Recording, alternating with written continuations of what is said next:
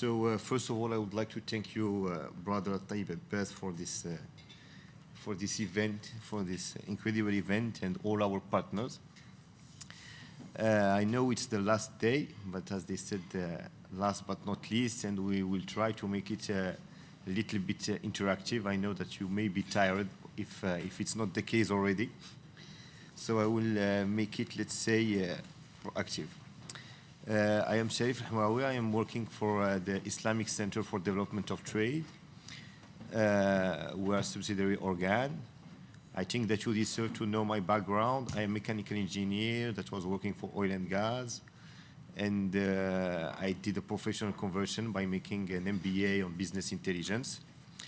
And I joined this ICDT, which is an organ of the Organization of Islamic Cooperation, to make this business intelligence department.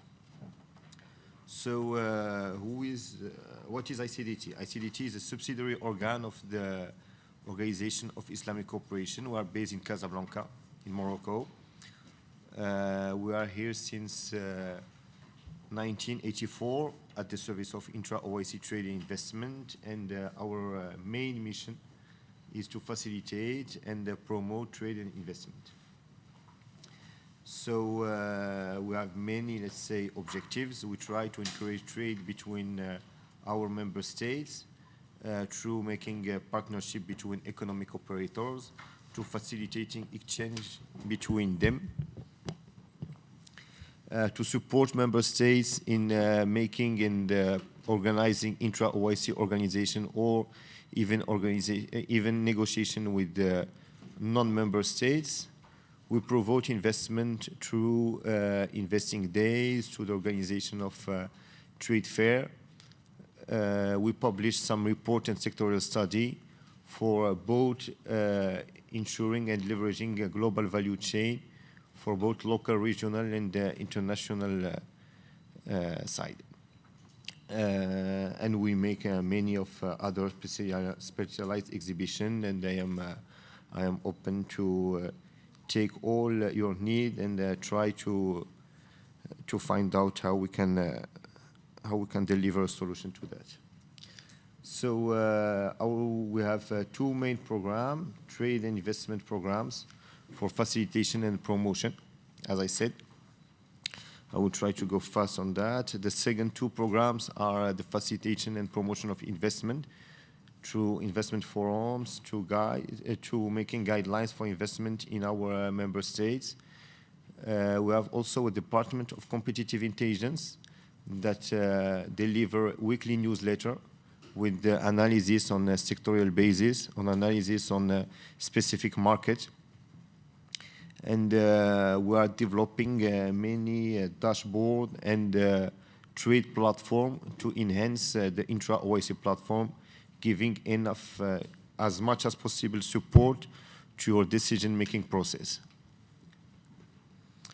Here is just, let's say, a short panel of all the knowledge center that we can give to our member state, like the study on the trade potential, the report on doing business in OIC countries. We are making an annual report on a different sector, mainly the halal industry with the dinar standard.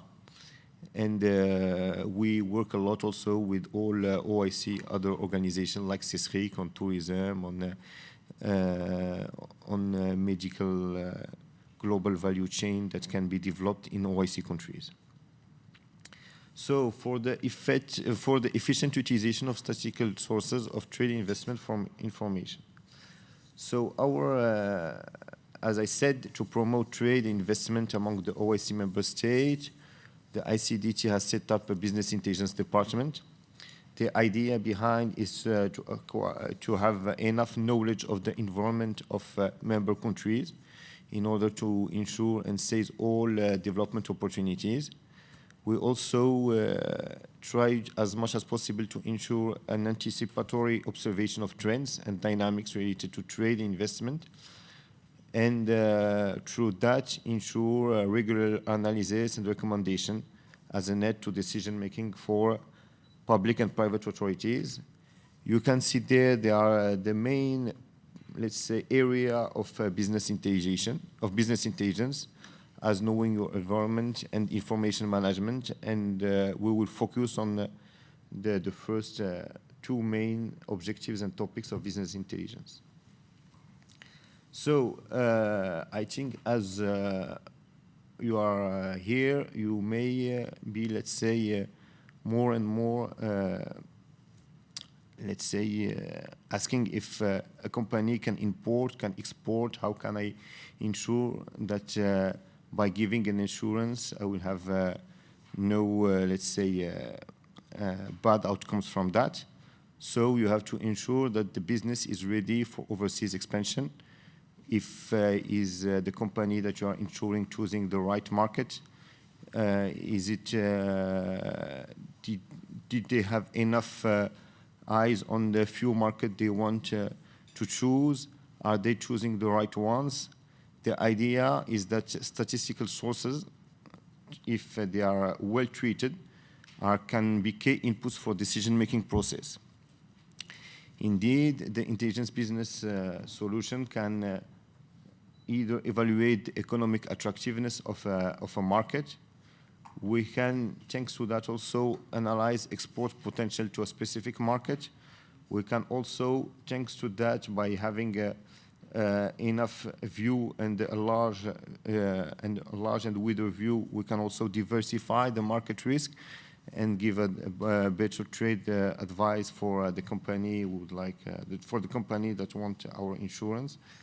And we can get, let's say, an outlook, a good outlook on the market requirements, on the restriction, to make sure that there will be no bad surprise when we would like to export to this country. So we will try and to start with the basic information, the basic statistical sources that can give information on trade and business. There is the ITC platform, which is the platform of the International Trade Center, which is focusing on the 2, 4, and 6-digit level of the harmonized system. So which means that they have enough trade information for more than 1 million products.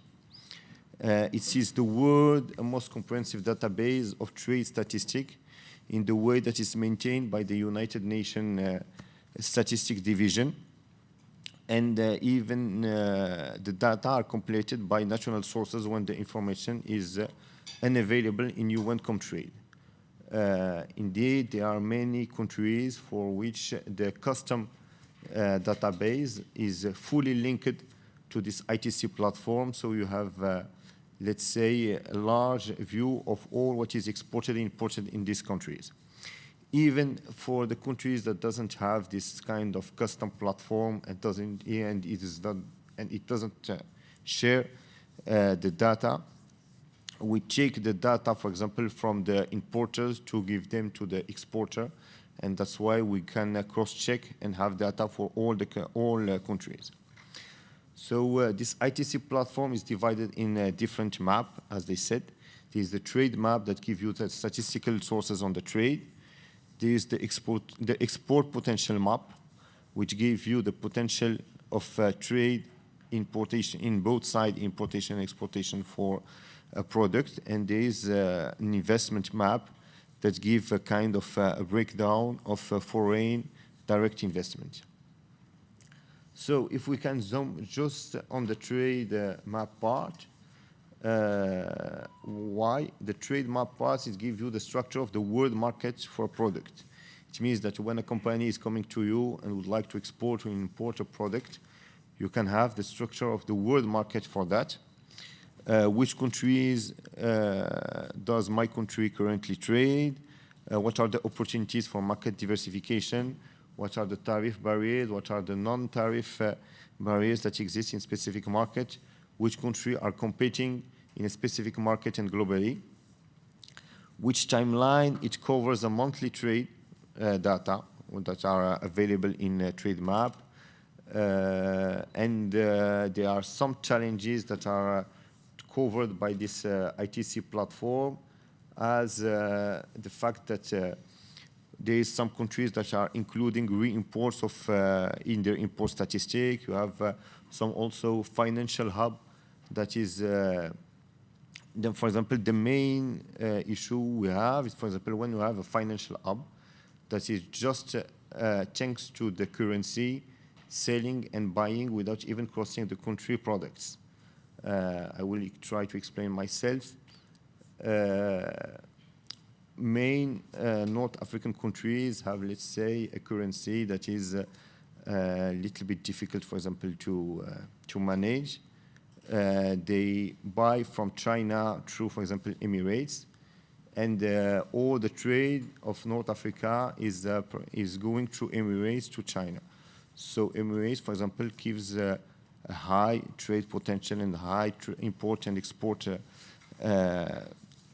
figures, where they are just a financial hub for other member countries. So as I said, for example, what we can do is that we can make us, for example, see how it works. So let me know if you have any specific request. We can start with everyone here that would like to know what is the trade of a specific product from a specific country to another one. Does anyone here want to know, for example, a specific figure on a specific product? Okay, Egypt, fine. We can start with Egypt. Which product? Okay, fine. We'll try to make it then. So if you see right my screen here, you can choose the product as well as the service. It's either a specific product or it can be a group of products, and you can specify either a country or region. Let's say that we start with Egypt. And there we start with the yearly time series. And here you have the list of products imported by Egypt. You can also have the exported products by Egypt. We can also go and check which countries are importing or exporting from Egypt. So we choose by country. And then you have all figures from 2017 to 2021 of all the countries that are importing, exporting to Egypt. We can go even to a specific product, as I said. For example, if we want to know how much meat and edible meat offal that is exported by Egypt. So here are the figures, and we can even choose the country. And you will have, for example, that Egypt has been exporting $800,000 to Kuwait of meat and edible meat offal. We can even make it in terms of quantity.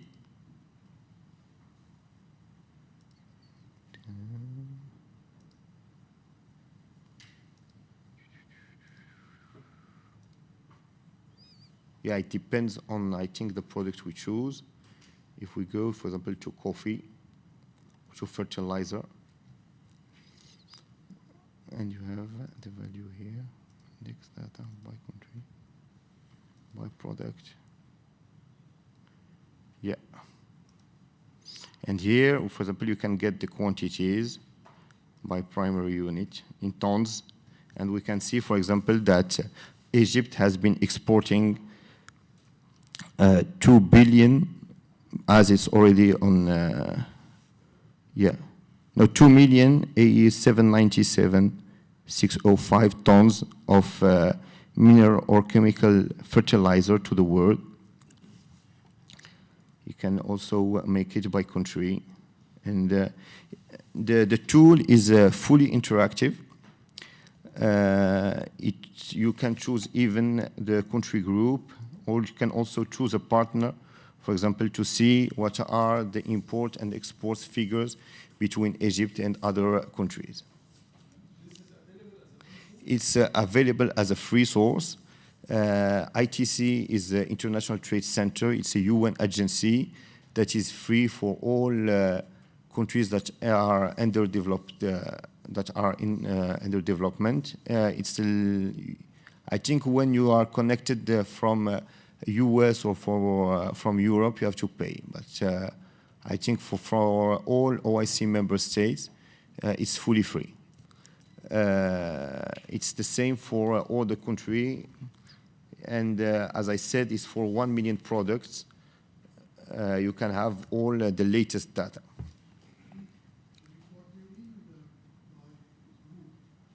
Sorry, please, you have a micro, you just have to push.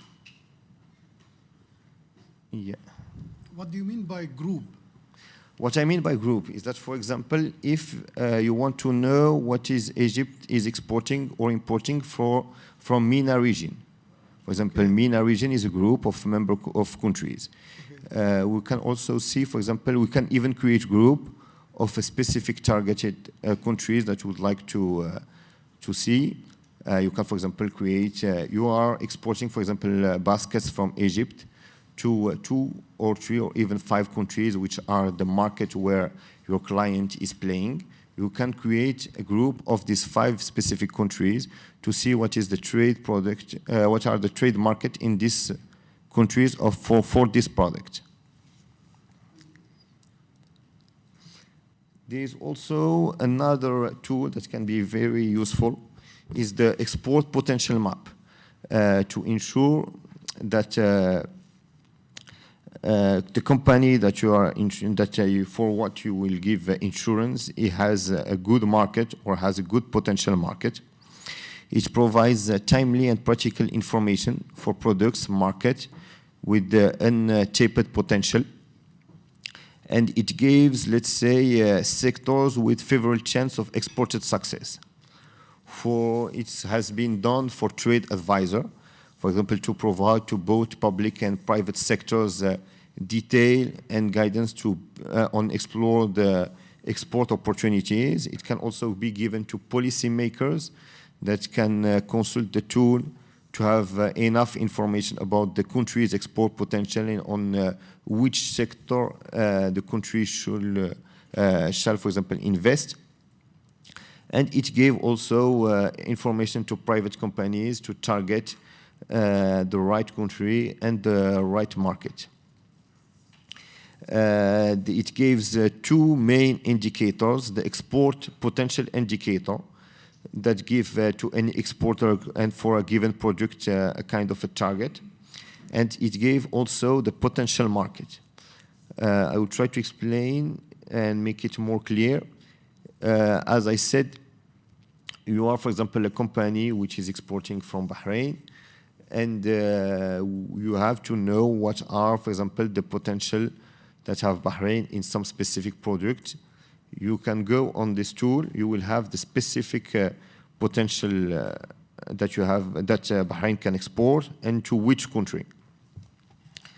So, as I said, to make it more clear, we will go to the tool to make sure that everyone understood what I'm saying. And I will do the same if does anyone want to know a specific, for a specific product, the untapped potential for the export of such product. Yes? Before continuing, I need to know the source of this information. Yeah, the source, I will give you the source of the information. As I said earlier, the source of this information has been gathered by the UN, by the United States, by the United Nations Statistical Agency, that gather all the custom platforms of the all countries. It means that each time, for example, that you import or export from a country, you go through custom. The custom have a specific tool or specific platform that, for example, register all the products that are going out or in the country. This platform are all connected to the International Trade Center platform, and they let's say, treat this information to make them in these tools. as I said, to be more clear, you are exporting, for example, this birine, which is water from Saudi Arabia to Kuwait. To export them, you have to go through the borders. So the customs normally should know how much of water has been exported from Saudi Arabia to Kuwait. It will be seen on the custom platform. This information will be gathered by the ITC and put in this tool. So we are sure that you have the latest information and the most trusted information in this tool, and it's directly taken from the custom platform. Then to cover also, let's say, the non-official export and export operation, the United Nations Agencies of Statistics has offices in, I think, more than 160 countries to cover that, to analyze the real market. They do the same for the export potential market. It means that, for example, Saudi Arabia is announcing that they have built a company that can make 1,000 cars per day. If they are exporting 500 cars per day, it means that they have a potential of 500 cars. So if you go to this sector and you start to import and export cars from Saudi Arabia, we can tell you that you have 500 cars to import. And at the same time, you see, for example, that there is a country where they are emerging, where there is an emerging market that likes to, for example, import 500 cars. So as a trade maker, you will go from Saudi Arabia to this emerging market. And the tool is gathering the information for all the products, all the countries, to make you, let's say, decide and advise on which market you will have to choose. As I said, for the countries that are not giving this trade information or that doesn't have this custom platform, first you have United Nations agencies that are helping these countries to get this custom platform, but they are also cross-checking with the countries that have. It means, for example, that if the custom platform is saying that Saudi Arabia is exporting 1,000 bottles to a country that doesn't have this platform, we can be sure that this country has been importing 1,000 bottles from Saudi Arabia. I do not know if I replied to your question. Okay.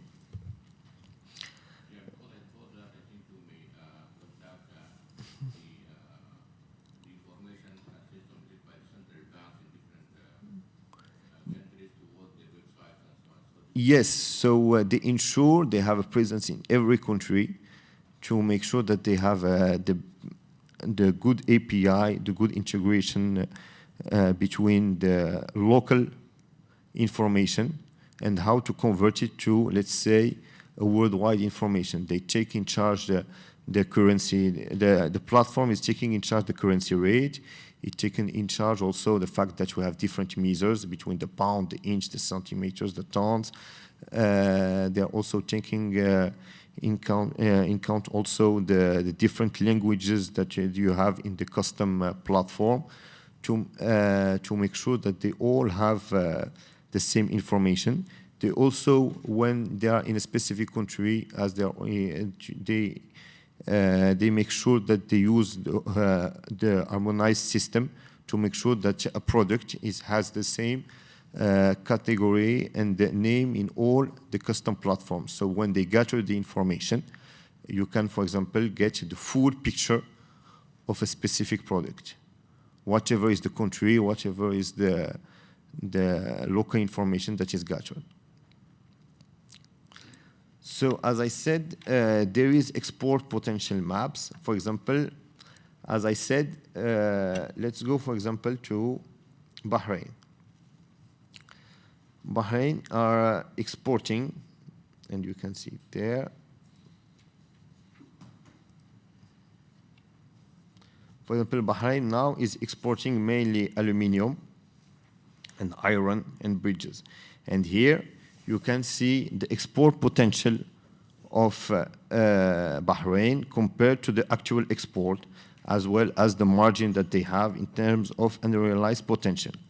It means that, for example, thanks to the arrangement with such tools, we know that Bahrain is exporting 1.5 billion of aluminium, but they have the potential to export 1.8 billion. So it means that only 72% of the potential of exportation is actually made by Bahrain. And we can have also the market for this specific product that a Bahrain aluminium company can target. Here are the countries with both the actual export and the target. For example, the Bahrain company is already exporting 274 million of aluminium, and it can go to 309 million to United States of export potential. So if you have any specific request that we can treat, we can make it as an example. Yes? Thank you. I just want to ask about the potential figure. As you mentioned, the actual figure you are taking from the United Nations. The actual figures, yeah, go on, sorry. Yeah. The actual figures are taken from, as I said, from the custom, and it's real figures that are going through, let's say, custom platform. How they made these export potential figures is that they have what we call a business intelligence solution. We have the same in ICDT that is gathering all the information from both local and international newspaper. They go also, for example, they have also, let's say, agencies in more than 50 hubs that is looking on how is the industrial ecosystem of this country.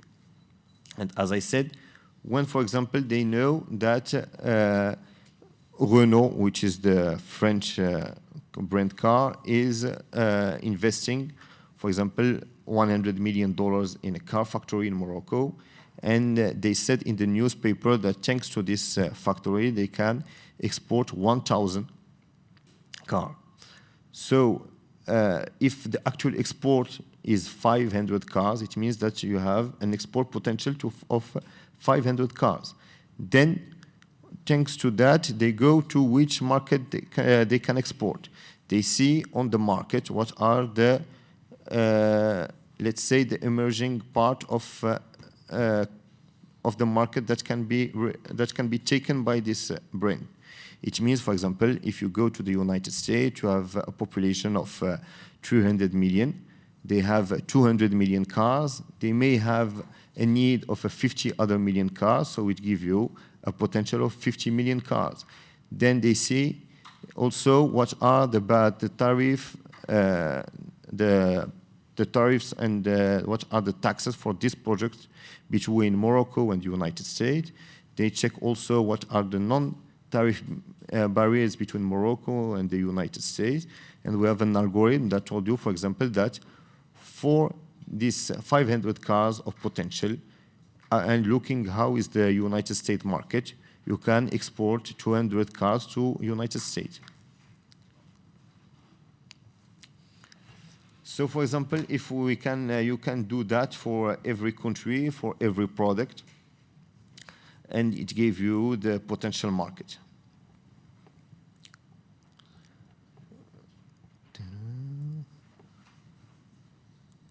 And as I said, this tool of export potential market is also free and can be used in all YC member countries.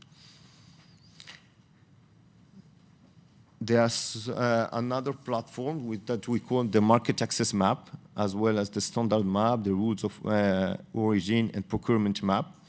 The market access map gives all the non-tariff measures for the import and export of a given product by the importing and exporting country. What I mean by that is that it's all the standards that you have to follow. For example, to export meat from for example, Chad to Qatar. Qatar is given a kind of standards, and you can find in this tool the standard that you have to meet to export from Chad. It gave also the trade agreement. It gave also the tariff rates. It gave also what we call the rules of origin between products.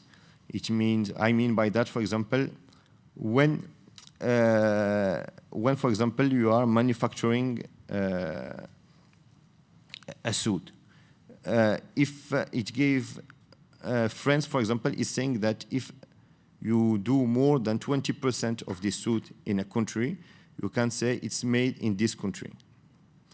I will try to make it clear. If you are making a suit, for example, in China, you take this suit, you go, for example, to Romania, and you put just a zip on the suit. It's less than 20%. You cannot put in the project that it's made by Romania. You should specify that it's made by China, but you cannot put made in Romania.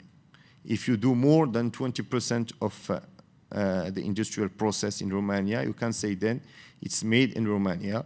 It's not just a matter of image to say it's made in this country or in the other. There are also rates. So it means that if you are making the suit in China and you are just putting the zip in Romania, when you will enter to the French market, you will have to pay the rates and the taxes according to China. So it's very important if you are, for example, a company that is inserted in integrating a global value chain, to know what are the rates and what are the rules of origin of product. You have also a procurement map that give information on the public tenders and the contract awards. It can be useful, for example, for you to have a kind of an overview of what your company is making. It means that it gives you a kind of overview of the public market that the company that you are insuring can target. To make it clear, you are, for example, a company which is making bridges. You do not know if the company can go overseas.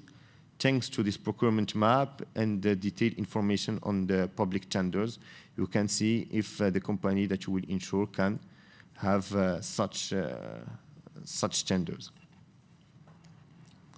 There's another platform which is called WITS, which is the World Integrated Trade Solution.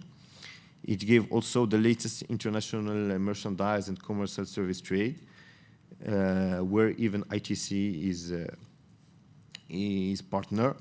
It's just another way another way to visualize the statistical sources. I mean that, for example, here you saw that it was different tool. Now with WITS, it's the same tool where we will have trade statistics, tariffs, non-tariff measures, but also global value chains. It gave you the trade statistic by country, by indicator, by product. You have also visualization tool that can give direct figures that you can insert in your report. It gave you also non-tariff measures for each product, for each country, with the visualization of these non-tariff measures. For example, if you want to export a truck from a specific country, it gives you all the tariff measures and the non-tariff measures related to the truck. And for example, you can advise your client to go to this country or to the other one according to the non-tariff measures she has. It gives you also the integration of the global value chain. I mean by that, for example, if you have, for example, a company which is producing airplane, a specific part of the airplane, you can see the integration of the if it can be integrated in a global value chain in a specific country. I mean by that, for example, if you are in a country which is not integrated in the global value chain of an airplane, it's a nonsense to finance or to insure a company which is doing product in airplane in this specific country, because there will be so many tariff measures and non-tariff measures to go and integrate this ecosystem. Indeed, I mean, this global value chain has been, this work on the global value chain has been started in 1990 at the same time of the mondialization. And as you can see, for example, and what we can do is that I think the best thing is to do an example of that.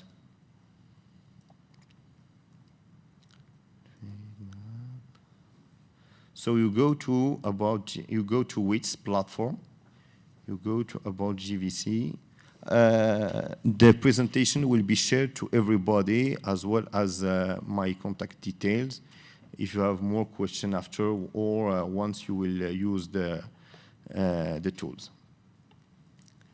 It's called the global value chain. You can go to visualize the global value chain, and you can go to the integrator metadata.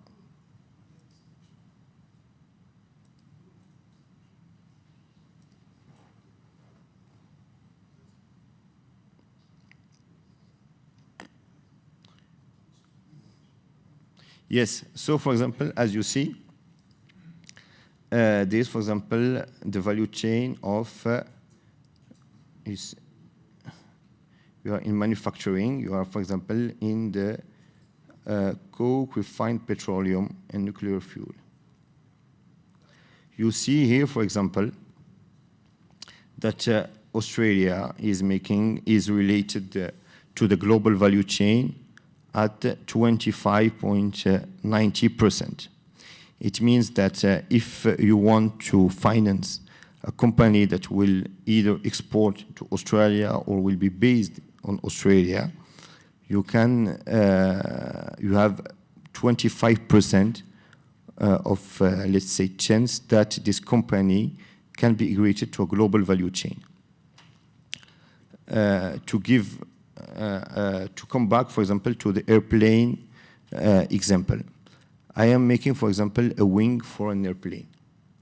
If you do the wing for an airplane in, for example, in Ireland, where, for example, there is no airplane ecosystem, where the airplane ecosystem is not connected to the global value chain, it will be more difficult to go to manufacture this wing and export it to a country where you have this ecosystem.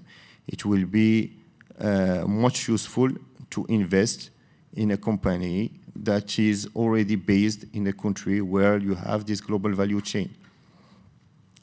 The idea is, for example, that when you have a company to insure, you go, for example, to the specific country you would like to check, and you see if this company can be well integrated or not to the global value chain. If I'm not clear, let me know. The idea is that it's fully interactive, so do not hesitate if I'm not clear.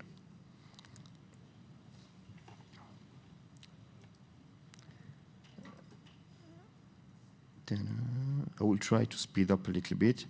We have also data on all the foreign direct investment that can be presented by my brother Tintin from Cefric. The idea is that it gave you all the foreign direct investment that is made in a country in a specific market. So now that I presented you, let's say, the most common tools for the use of statistical sources in enhancing trade investment, I will present you our own tool. Indeed, as I said, we are setting up a business intelligence department in ICDG to cover the OIC members. This idea came from the fact that more than 128 billion of dollars can be made between OIC countries. I do not know if you imagine what can be, what can we present in terms of trade. Now, as you know, for example, the trade between intra-OIC countries is 19%. It means, for example, that you take the whole trade of a country, the trade between this country and OIC members is it represents just 19% of it. We can go until at least 25 to 30% to get this untapped export potential of 128 billion. So we made an OIC trade portal, which is covering all the tools that I was presenting, as well as the market access, as the export potential, but between OIC countries. It means that in this portal, in this tool, you will just have, and you will just find OIC countries and what is the trade between between OIC countries, what is the export potential between OIC countries, what are the measures just between OIC countries. It gave you an overview of the opportunities of the market access condition in the region. It gave you in-depth market analysis. It's, as I said, accurate and trusted information as is coming from directly custom platform of each country. They will be made in Arabic, English, and French, which are the three main languages of OIC. It will be free for all the users coming from OIC countries. And you will have above of the trade information and these potential markets, you will have some practical information as the harmonized system finder. For example, if you have a specific product and would like to know how this what is the code of this product in an harmonized system. So there is 4 tools in a one. There's the trade at glance that give you a trade opportunities and market requirements. You have this trade map, you have this export potential map, you have this market access map. As I said, it's the same tools that has been done for the world. We made them focus on OIC countries. We started this project since 2 years ago with the International Trade Center that was not specifying OIC region as a specific region. They were more following, let's say, the common repartition of region, like MENA region, MENA region, Southeast region, and we made them do the work on OIC whole region. So it will be launched just after Ramadan, inshallah. It will be in our website, and as you see here is the trade portal.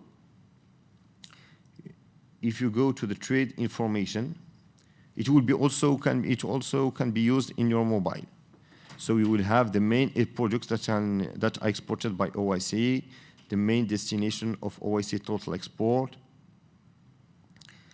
You see, for example, the total export of OIC members with the annual growth of the export and the share in OIC. For example, here you can see that Malaysia is exporting more than 299 billion. The annual growth of Malaysian economy is 6%, and OIC just representing 9.5% of Malaysian exportation.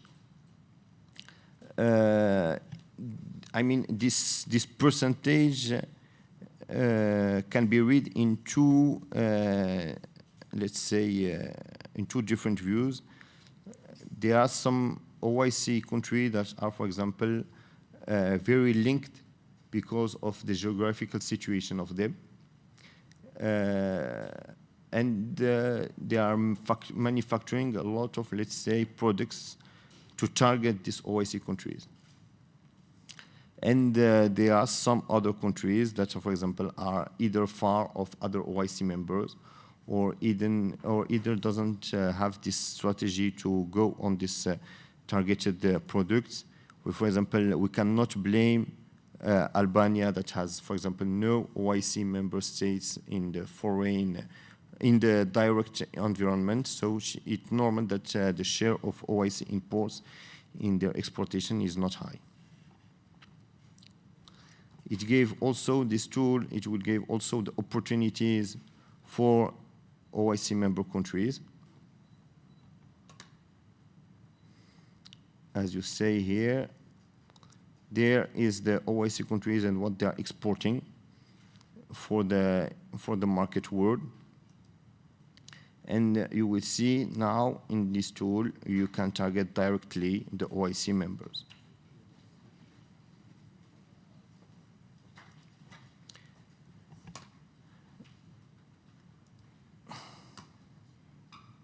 Besides of this tool, we worked also in halal industry dashboard. So this dashboard is focusing on the halal industry, which is considering by us as a promising sector for the development of intra-OIC trade, knowing that in the top 20 countries that is exporting halal products, only 3 are Muslims. 17 countries are, in the top 20, 17 countries that exporting the most halal products are non-Muslim. By halal economy, to define it, there is 8 sectors. There is the halal food, there is the halal pharmaceutical, there is halal cosmetic, there is the modest clothing sector, which are the halal products sectors. And we have other 4 halal services sectors as the Islamic finance, the Islamic education, the halal travel and tourism, and the halal media and recreation. It's a big market that we should target. We are trying to raise awareness between all OIC member countries to make more in this halal industry. So the dashboard will also be free for access for all OIC member countries. It will be launched in our new website, I think also at the end of Ramadan, or even earlier. We are supposed to launch that normally in the end of March. And the dashboard will be presented like that. For example, you see that the OIC halal economy investment in 2021 is 8 billion. The Islamic finance asset is 5 trillion asset. And you have many other information on the import between OIC and intra-OIC, as well as export and the Muslim consumer spend. It gives you also, there is also a map that gives the OIC net importer for halal industry, as well as the OIC net exporter. We made also a trade and investment index for all the OIC members. You can choose your country here, and you will see, for example, Ivory Coast is in 57 member countries. The rank of Ivory Coast in halal food is 42. It gives you also some trade analysis in terms of import, exportation, in terms of supplying market. It gives you the leading companies for each sector. Food, for example, it's Al-Mara'i, it's in the food. In pharma, it's Geopharma, Biotech. You have also the investment activities with the number of recorded transactions, M&A, fusion acquisition, VC, private equity, venture capital. It gives you also the consumer spending and the opportunities that we have. The dashboard can be also focused on a specific sector, like for example in pharma, and you have the investment, the intra-OIC pharma investment, the intra-OIC pharma importation, the OIC pharma importation, the OIC pharma exportation. You can also select your country to see how is the country ranked in terms of investment, in terms of trade, in terms of social impact, in terms of integrity, in terms of growth trajectory. It gives you also the trade analysis of the pharma trade, as well as the product that is imported by OIC countries, the leading companies in this specific pharmaceutical sector, which are biopharma, Hikma, as well as the country of the company. The investment capacity, it means it's also the number of deals in pharmaceutical sector in OIC countries, and the consumer spending. So all these tools will be free for all users, and it can be, you can play as you like with them to get all the information and gather all the information you need. Hope that this will be useful for your future. And if you have any question to raise, I'm here. Go on. For me, it's very amazing at the source of information. But I know, I want to know, Kate, the project start before 2 years with what you say, international what? Yes. As we, let's say, ICDT is considered like the ITC of Muslim countries. I mean by that our mission was to promote both trade and investment in OIC countries. So we worked with ITC. We know, let's say, ITC, and we work with them since our beginning. The idea, as I said, is that for us, we have to go beyond the fact that OIC countries shall import and export with the world. The idea is that how can we raise awareness and ensure that we can enhance this intra-OIC trade. So what we asked to ITC, and we started working with them, is that to have their tools fully focusing in just OIC trade, intra-trade. It means that they already have all the figures for the whole importation and exportation of the world. ITC. Yeah. We asked them, and we worked, we made the tool with them to make sure that this time this tool will not cover the world, but just OIC. Why? For example, if, for example, we are making pharmaceutical products, you go to ITC to get the market, to get the opportunities. You will see not specifically that the biggest market or the biggest opportunities or the biggest trade figures are made with OIC. You may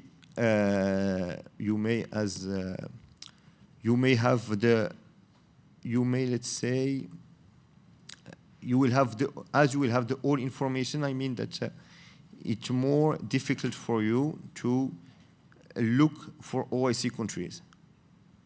So what we ask them is that to narrow their information in just OIC countries, to make sure that if you go to this platform, you will have the trade market in intra-OIC, and you will gather the opportunities intra-OIC, and not just, and not, I will not say just, but not the whole world, to ensure and enhance the intra-OIC trade. Yeah. And the ITC is an international company? ITC is the UN, is United Nations agencies, yeah, okay, which are working on statistics. They are making the same job than us. They are making statistic reports, analysis. Us, who are given they do not give assistance as we do for member countries in trade negotiation. They don't do invest days. They don't give specific sectoral report. They are more focusing on gathering statistics. As let's say that we are the OIC trade portal or OIC trade organ to make sure that we enhance intra-OIC trade. For the leading company, you can click and see in which country they live. Sorry? The leading company. Leading. The leading companies? You can click and see in which country they are leading. Yes, of course. You see, for example, here, So try it حكمة مثلا. go, sorry.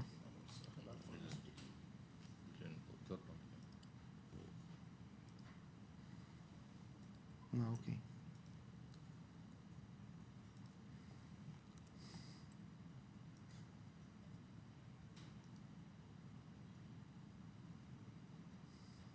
For example, here you have the leading companies.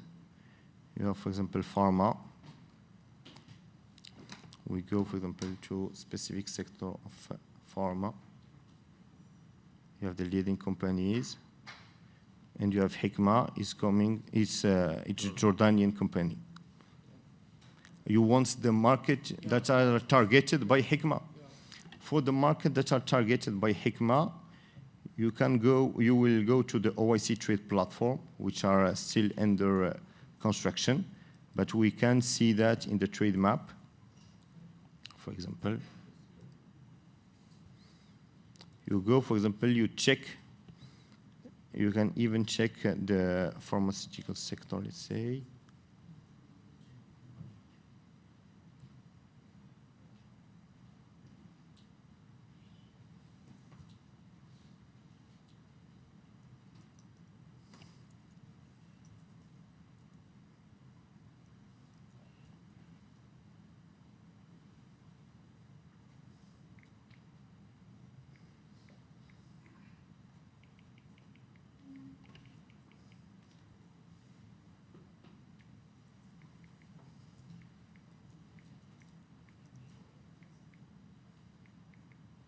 The most challenging part is to get the harmonized, the code product. We say pharmaceutical product.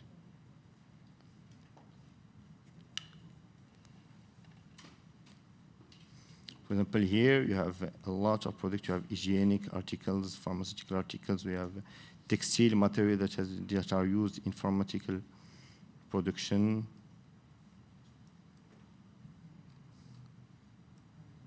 Let's say, let's put drugs.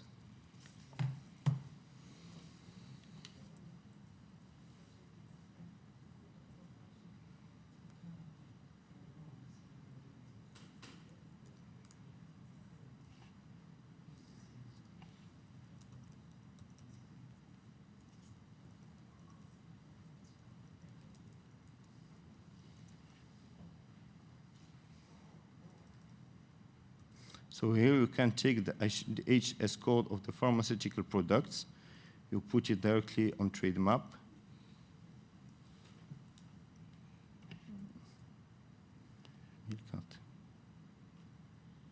Medical, okay. You go to here to Jordan.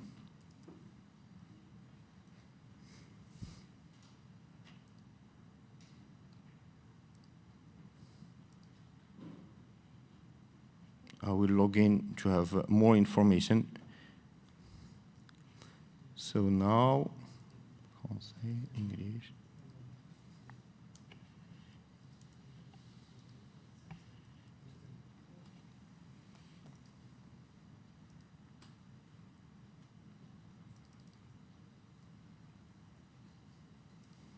Okay, so here on trade map, you can get the companies that are Jordanian companies trading the medicaments.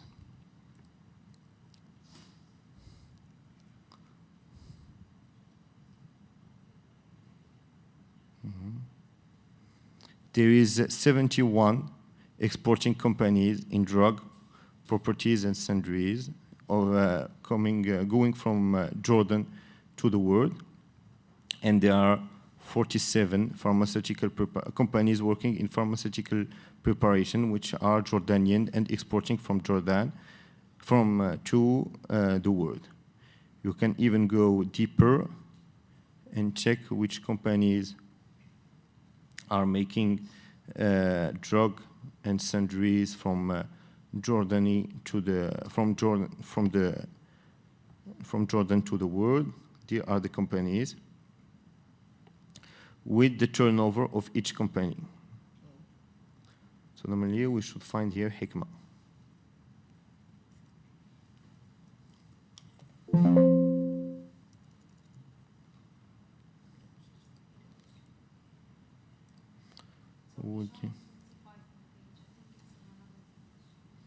Yeah.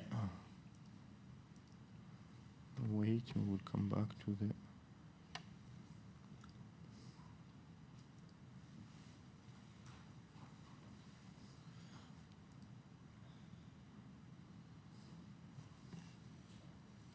So we make it seen. Okay. Here are the 200 pages. News.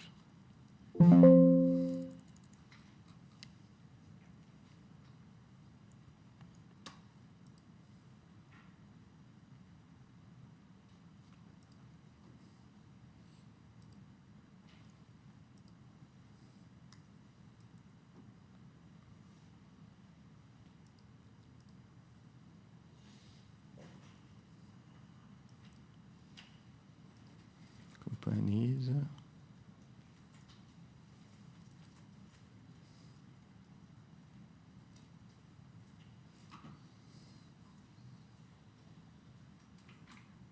There is Hikma. So Hikma is exporting pharmaceutical preparation from Jordan to the world.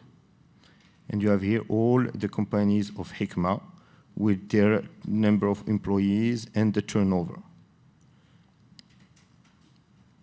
And then you can even go deeper. For example, here we have Al Hikma Pharmaceutical, which has a turnover of $41 billion with the 800 employees, and it can give you the contact of Hikma. This data is gathered from all the, let's say, risk information credit agencies that we have in the world, and all the local authorities that are gathering the exporting companies. To go back, for example, from where all this information are gathered, it's as simple as the fact that if you are exporting, you have to fulfill a kind of a form where you have how much you export, the quantity, the value, who are you, and to where. So we gather all this information, we make them work in a tool, and the tool gives you all the information from this famous form that every company has to fulfill to import or export for every country. So only if you have other information or other question that you would like to raise.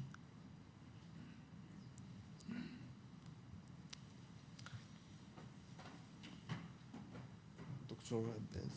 I finished. Huh? For me, that's fine. Thank you, Brother Sharif, for the presentation. And so, as I said, all the tools will be on our website. I have all your contact details, and I will give you a notice once the tools will be ready. Okay.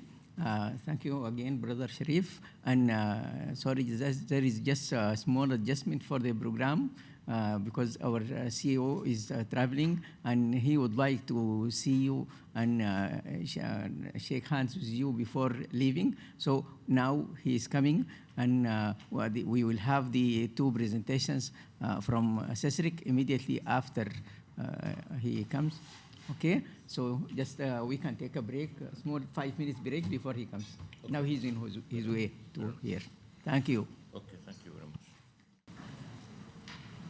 بسم الله الرحمن الرحيم الحمد لله رب العالمين والصلاة والسلام على سيدنا محمد وعلى آل بيته الطيبين الطاهرين. Good morning everybody. Assalamu alaikum wa rahmatullah. Wa Ramadan Kareem for all of you. And for those ladies that are here, happy Mother's Day, belated Mother's Day for all of you. This is a special times for all of us. These are holy days. And I'm happy to see all of you here. And I say it again, I do really thank you for taking time and taking the effort to come and to see us here in Jeddah, especially at the beginning, at the end of Sha'ban, and leaving here at the first day of Ramadan. So it's going to be a bit difficult for you. But it's an opportunity. I hope you have all seized it in order to go and at least have Umrah before Ramadan that has happened. So in that respect, and in the context of the capacity building program, I think this is a milestone that we have achieved. It's been an uphill battle. I take it and I hope that now you have a good understanding about the program. It is an extremely important program for the Muslim Ummah. The Muslim Ummah, as any other nation, we need to grow the base of our economies. We need to transform our economies. We need to create jobs. We have one of the highest level of young youth in respective nations globally. And wherever you are sitting or wherever you come from, you will understand what I say about the degree of youth not finding job when they graduate from college. And this is why they're fleeing to the West in order for them to go and to find the right opportunity. This program that we're working on, while people might think is not related, to the socio-economic challenges we are facing in our member states, it is at the heart of it. We need to create jobs. And to create jobs, you have to widen the scope of the economy. To widen the scope of the economy, we have to create, as countries and institutions, we have to create a base for production and manufacturing. Manufacturing will lead for us to increase our capacity to trade, and the trade will widen the scope of the economy, the banking sector will grow, and more money will be flowing in. And hopefully we will see more OIC intra-trade, where we'll be trading among each other and not depending on economies. Like now, if you look at the state of the economies of many of the Muslim countries, during the war in Ukraine, majority of the exports that we have, they are to Europe. And Europe today, their economy is shrinking because of the war. Their expenditure is low. The cost of living, the inflation is happening. So they are cutting down on their consumption. That means it's affecting our exports to these countries. So we have to get out of this dependency on specific economies and to widen the scope of the economies where we are exporting to. And this means we have to work with each other. As Muslim Ummah, for countries that we have lots of complementarities, we have lots of things in common, we have to open these borders. We have to drop down our guard and we have to work with each other. Why do I say that? I say that because we are the future of these countries. And you, inshallah ta'ala, you will be in a position of leadership in institutions where you will work in order for us to become one. And until then, our dependency is always going to depend on others. One of the issues I highlighted 2 days back in my keynote speech when we were all together, the advancements in technology as well. This is extremely important. None of you should overlook that issue. AI is at the heart of everything that we are going to do, and it's happening at a very fast pace, and if you do not catch up to it, it will be too late. So I do ask you to take a message to your leadership and to yourselves, educate yourself in respect of technology and how it is affecting your job. How can you use technology in order to better things, because productivity, as we go forward, even though technology today might seem expensive, but productivity is going to become very cheap. It's going to be extremely easy to manufacture things when you go to AI, because you will have a cheaper labor than we have today in some countries. When we have robots delivering these end goods, that means everything will become much cheaper, because we will be producing much more of what we need. So there is much more of it. It is affordable to be produced, so the price is going to drop. And this is where we have to be. We have to introduce technology in everything we do. Obic, the basis of it is going to be an AI platform. The idea behind it, when we did the study, and I hope all will take time when you go back to your home countries, to go over our website and to open it and to see the multiple reports that have been done since 2017 until the latest one that was done late last year, when we have submitted it to the ComSec in November of last year. The whole idea is for us to create a platform, and that platform is going to be hosting information, and that information has to be disseminated, it has to be studied, and we have to decide how to use this information. Majority of this information comes from all of you, from your phones that you're holding in your hand, from your shopping habits that you use on your laptop, from the music you listen to, and so on and so forth, to your habits that it is in banking, where you spend your money and what you do, and so on and so forth. All of this information has to become a part of the AI platform we are going to use for the Obic.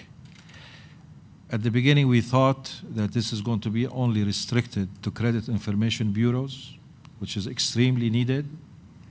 But then, when we looked at data mining and the technological advancements, we started to see that it can be a platform that can be used by the private sector, by governments, to use it and to see how they can plan for their future, for the future need of their population. When it comes to education, when it comes to healthcare, when it comes to infrastructure, and so on and so forth. So this is something that has to do with partnership between the private sector and the public sector going forward there. I will not take much of your time. I just want to thank you, and I'm pleased to see all of you, and that you have chosen to be a part of this. This project is extremely dear to me personally, because I'm a strong believer in IT and what it can do to the Ummah if we use it properly. And this is what, again, I tell you, please embrace it. Please read, please educate yourself and the people around you. This is going to be the first capacity building program. Yesterday we had a delegation that came representing the participating banks in Turkey, 6 Islamic banks in Turkey. And one of the questions that they have asked that, why did you not hold it in Istanbul like you promised? So I told them because of the sad, the tragic happening that happened because of the earthquake, and we've had some requests for us to move it and cancellation of participation in Istanbul, but we promised that we will hold one, inshallah ta'ala, before the year end in Istanbul as well. That was a learning curve for us to hold this first capacity building program, so we welcome for you to critique what we have done during the last 3 days, and give us your positive feedback about how we can improve it, so we can have the second, version of this capacity building program. Please be with us as partners. This is your program. This is the program that we are doing on behalf of everybody, of the Ummah. Be partners with us. And inshallah, we will be sending a questionnaire to all of you to have your feedback about how you think we can progress forward, what different things we can do on the second version of it in order for us to develop it. But you are the very first crowd that we have engaged. I hope that we have made the intended impact on you in order for you to take this message and be, like us, ambassadors for this program in order for us to start working together on it. This program is going to be in every Muslim country, inshallah ta'ala, and all of you, inshallah, you will have a, good part in progressing this program. So I want to thank you so much. It's a pleasure to meet all of you. It's an honor to meet all of you, actually. I wish you, again, a blessed Ramadan and a safe trip back home. Thank you so much.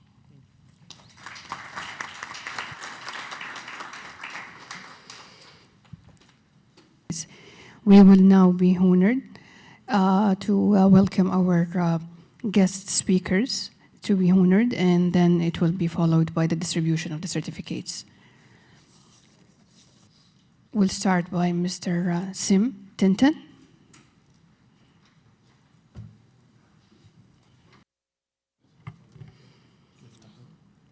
Mr. Mustafa Uskan.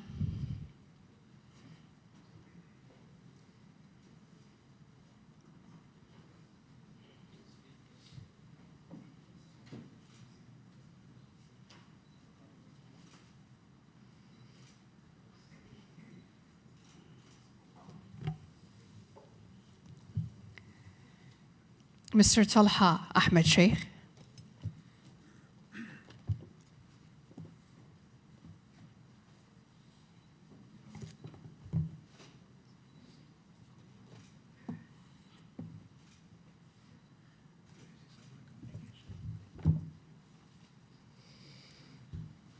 Mr. Sharif Al-Hamrawi.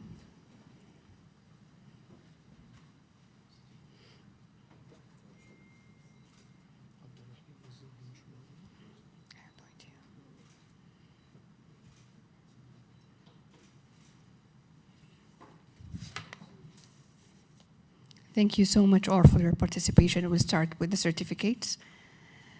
Mohammed Jirabi.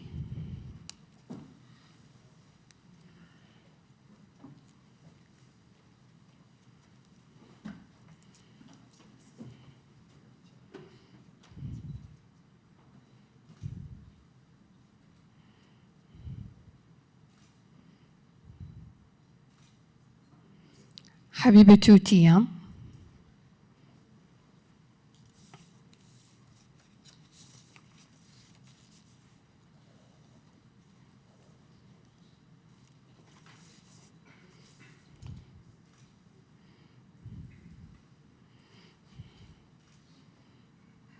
Bilal Tahir.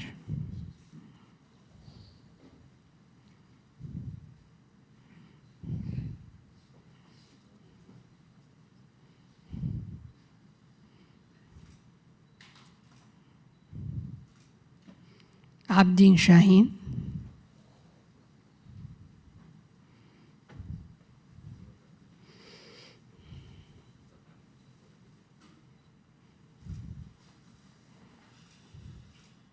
نادية العلواني.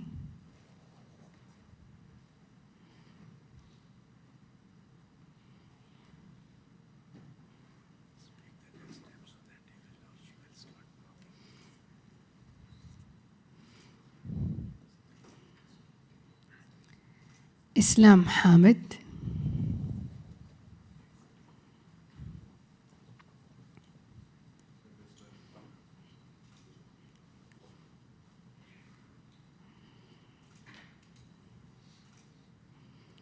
دعاء شيخ علي.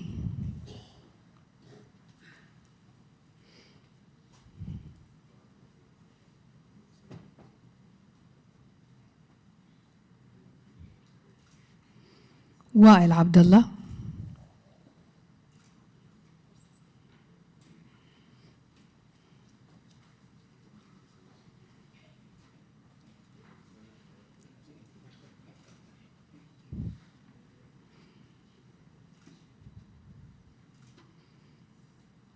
عبد الله الغصن.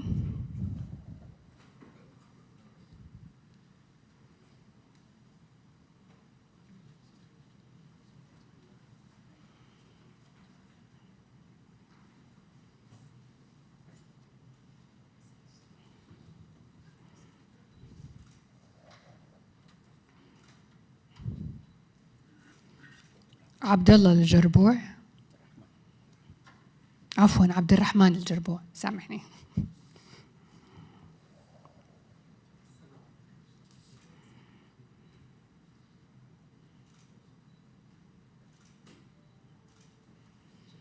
الجازي البسام.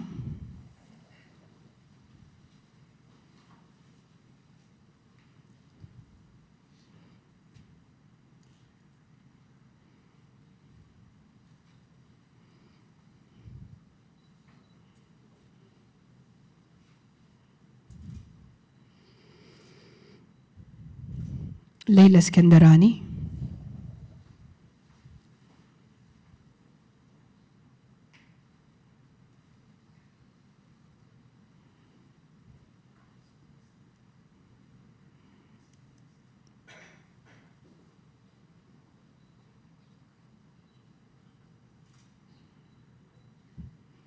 أحمد عادل.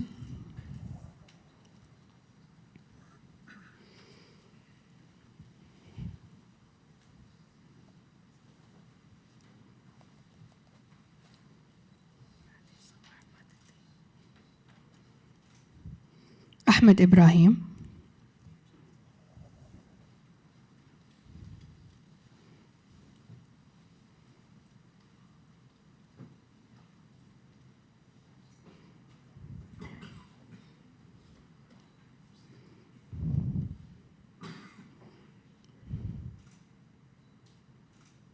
مروان زكريا.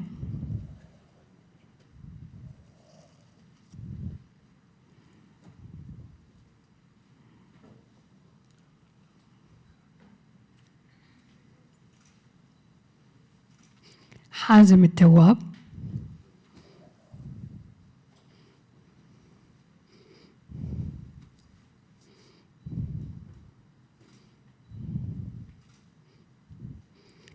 مهاب أبو عطية.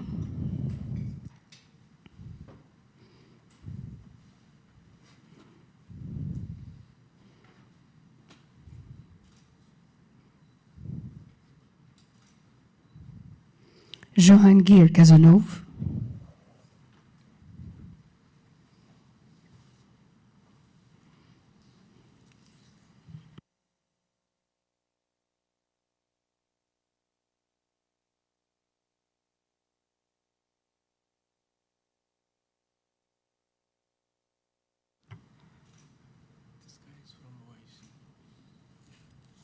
البراء طربزوني.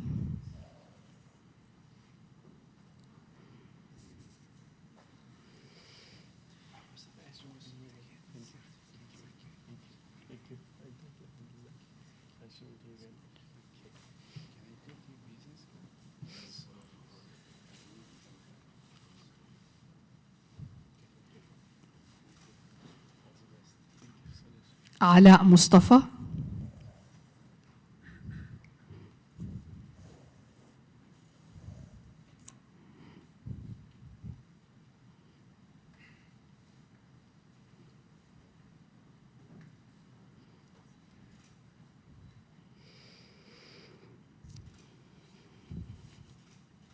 روني عزار.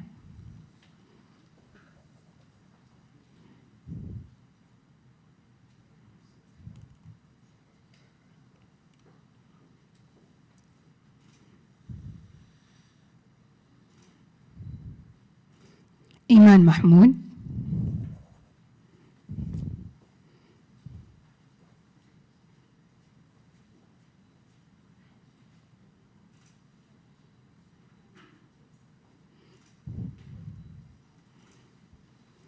شعيب نواز.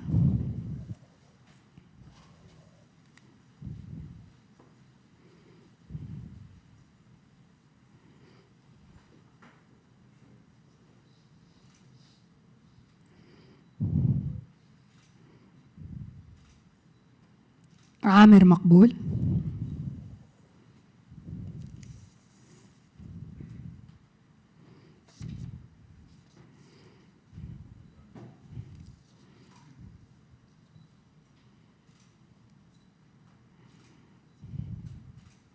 طيف الدعيرم.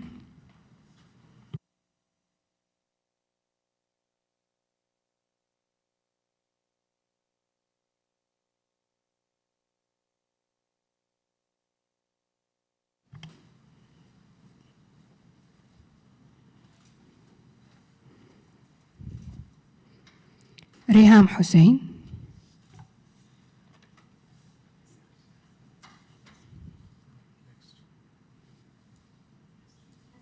I'm sorry.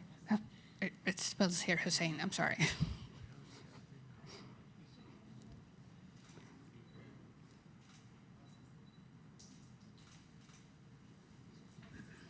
Zishan Faisal.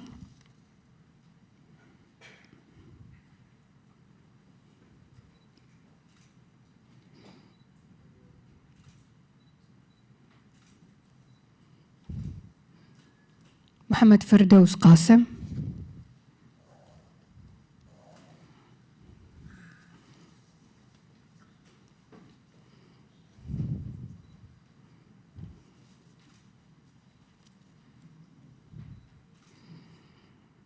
And Iran Khan Tuscan.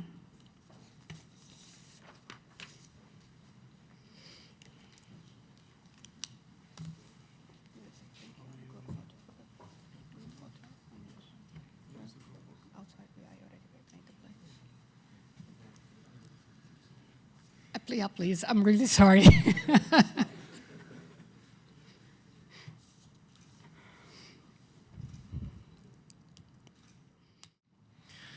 My institution is responsible for 3 mandated areas within the OIC system, headquartered in Ankara: research, training, and statistics. And we are a subsidiary organ as ICDT. I would like to emphasize 3 reports that we have published in this domain, which could be useful for you in your studies and analysis. Which these 3 reports are available online on our webpage, which is cestric.org.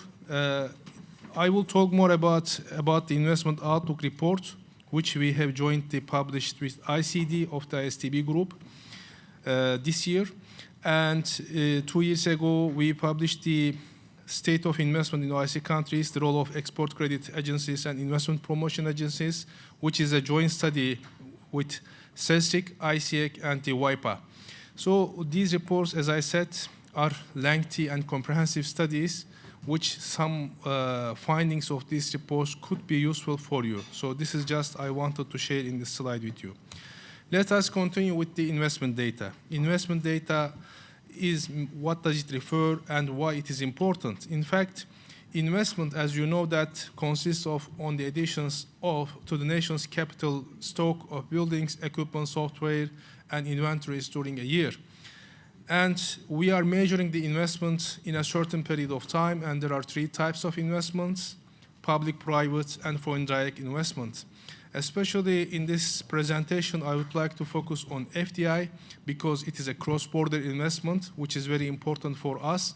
In fact, we are in different countries, and that one of the main goals of the Obic project is to enhance the intra-OIC investment.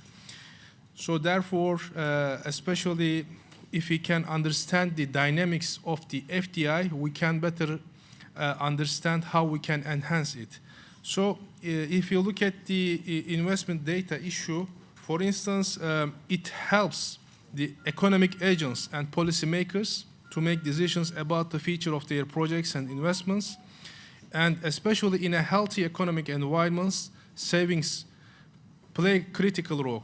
Especially savings are used to make investments to ensure future income generation. And in OIC countries, as we know, as at the beginning, as I said, we have some countries which have accumulated high level of accumulated savings, and we have some countries which are having some shortage of capital. So in this picture, the FDI or cross-border investments could play an important role, because if we can mobilize the idle savings in some of the member states to others, then we can really boost the economic growth and create new jobs for the people and for the societies. So how to collect investment data? Data, especially on public and private investments, are collected, processed, and published by the national statistical offices in the member states.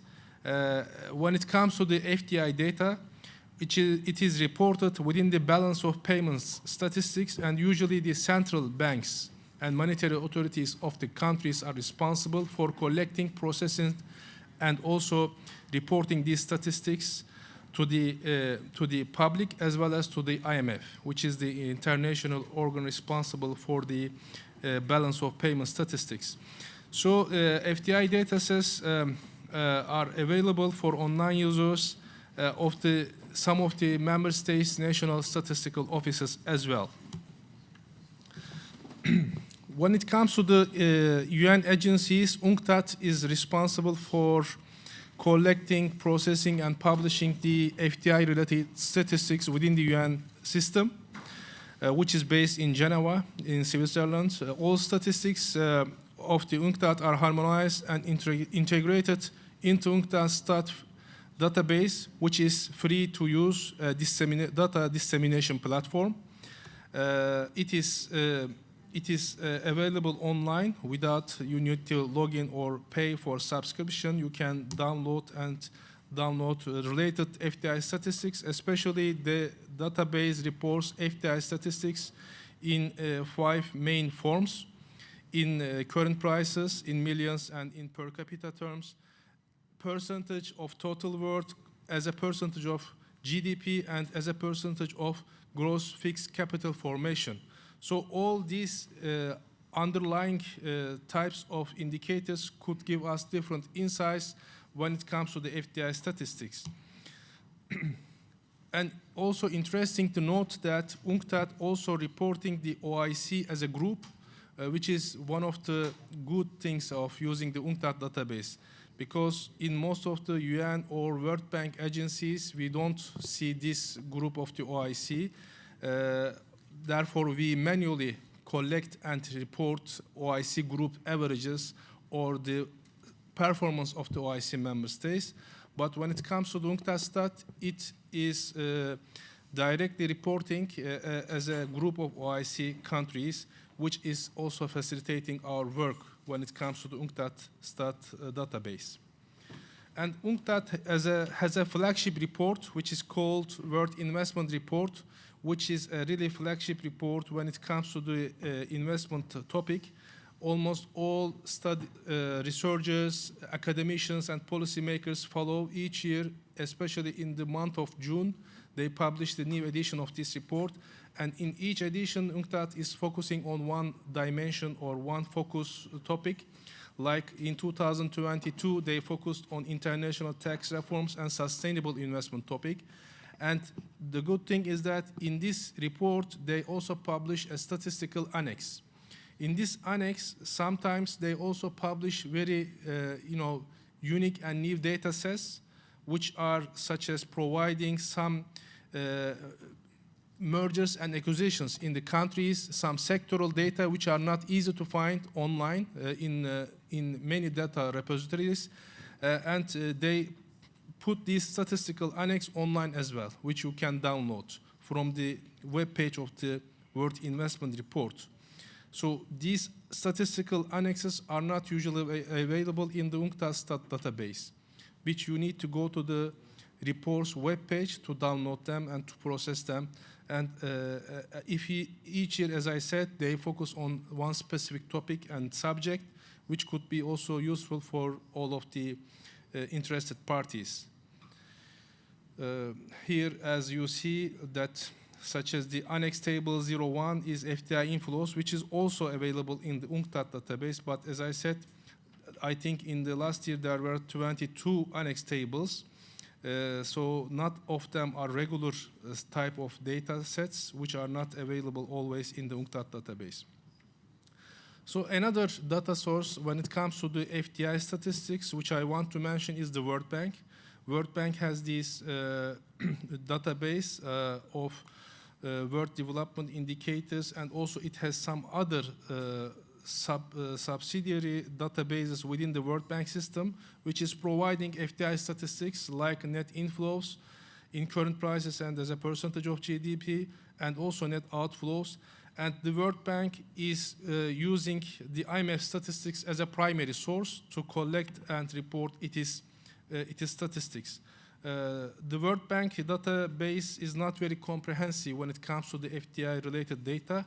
However, it could give a broad idea about the trends and also the recent changes in the data of the FDI. As you see here, you can easily make some analysis based on the World Bank database, and you can also relate it with other indicators available in the database of the World Bank.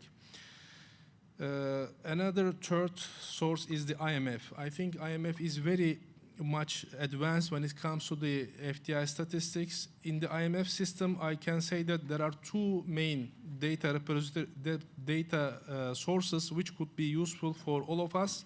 First of them is, as I highlighted in this slide, balance of payments and international investment position statistics data. The second one is also a very unique one, which is coordinated direct investment survey. As you understand from the name, it is collected from the member states through surveys, not directly from the national statistical offices. So therefore, it is a very unique database, and it is providing a lot of critical information when it comes to the investment type of data within the system. As you see in this slide, you see the cross-economy data reports. You can go to the database. It is again open for all users. You can easily download the data, such as direct investment positions, top 10 reporting economies, classified by counterpart economies. So you can also analyze, such as who are the main investors in Egypt, or who are the main, what are the main destination countries FDI originating from Saudi Arabia, for instance. So you can get a lot of detailed information, especially related in relation to bilateral FDI. So this is also very important, because what we are trying to achieve is that we are trying to understand the dynamics of the intra-OIC FDI, and also we are trying to enhance it. So therefore, this data set could be very useful. And another data source which I would like to mention in my presentation is our own CESRIC database, which is called OIC Stat. The OIC Stat database is the first and only international statistics repository on the member states of the OIC, which currently hosts more than 1,700 indicators under 27 categories, and data dating back to 1970s. So which is available on the OIC Stat link, which I provided in this slide. When it comes to the FDI, we have two indicators under the FDI category: inward flows and investment outward flows. I can also show you how you can make a query. If you go to cesic.org/OIC-stat, you can easily make a query. And as you see, if you go to the countries, you can see also some sub-regional groupings within the OIC. Like you can select all countries, or you can just focus, for instance, GCC if you wish. So it depends on your choice. You can easily benefit from this data. Let us select all, and you go to the categories. You can, for instance, type here investment, and push enter. You can see the investment related indicators within the database. And then you can continue with the next. You can select such as years, which years you want to download, last 5 years available, for instance, and you push submit and you see the results, such as the Albania, Afghanistan, Algeria, what is the unit and which years the data are available, etc. So it is really providing important information which could be useful. And I will come back to OIC Stat database, especially in relation to investment ecosystem as well. So you don't only use it for collecting or processing FDI related data, but also to understand the overall investment environment, such as how many days it takes to start a business in one country in comparison with another country. So you can also get this type of information from this database. So let us continue with my presentation. So I finished the data sets which are free to use for all interested parties with the OIC stat, but in the literature, we have also some databases which you need to pay. And they really provide some critical information, like one of them is fdiintelligence.com, which is really providing some critical information, especially at the level of firms and companies. So if you are such as a company working in a textile sector, maybe you need to understand the dynamics in specific countries, such as how many multinational companies are available in Lebanon, in the textile sector, for instance. So you can better understand, and what are their total exports, and what are their total exposure, and who are these companies, where are their headquarters, how many people are working in these companies. All this type of information are available in this type of databases. Another one is the global data source, which is also investment monitor called, which you can also get all this type of information, especially at the micro level, at the company level, you can get this information. I'm just showing this because I want to share with you some knowledge that you don't need to just limit yourself with the publicly available free data sources.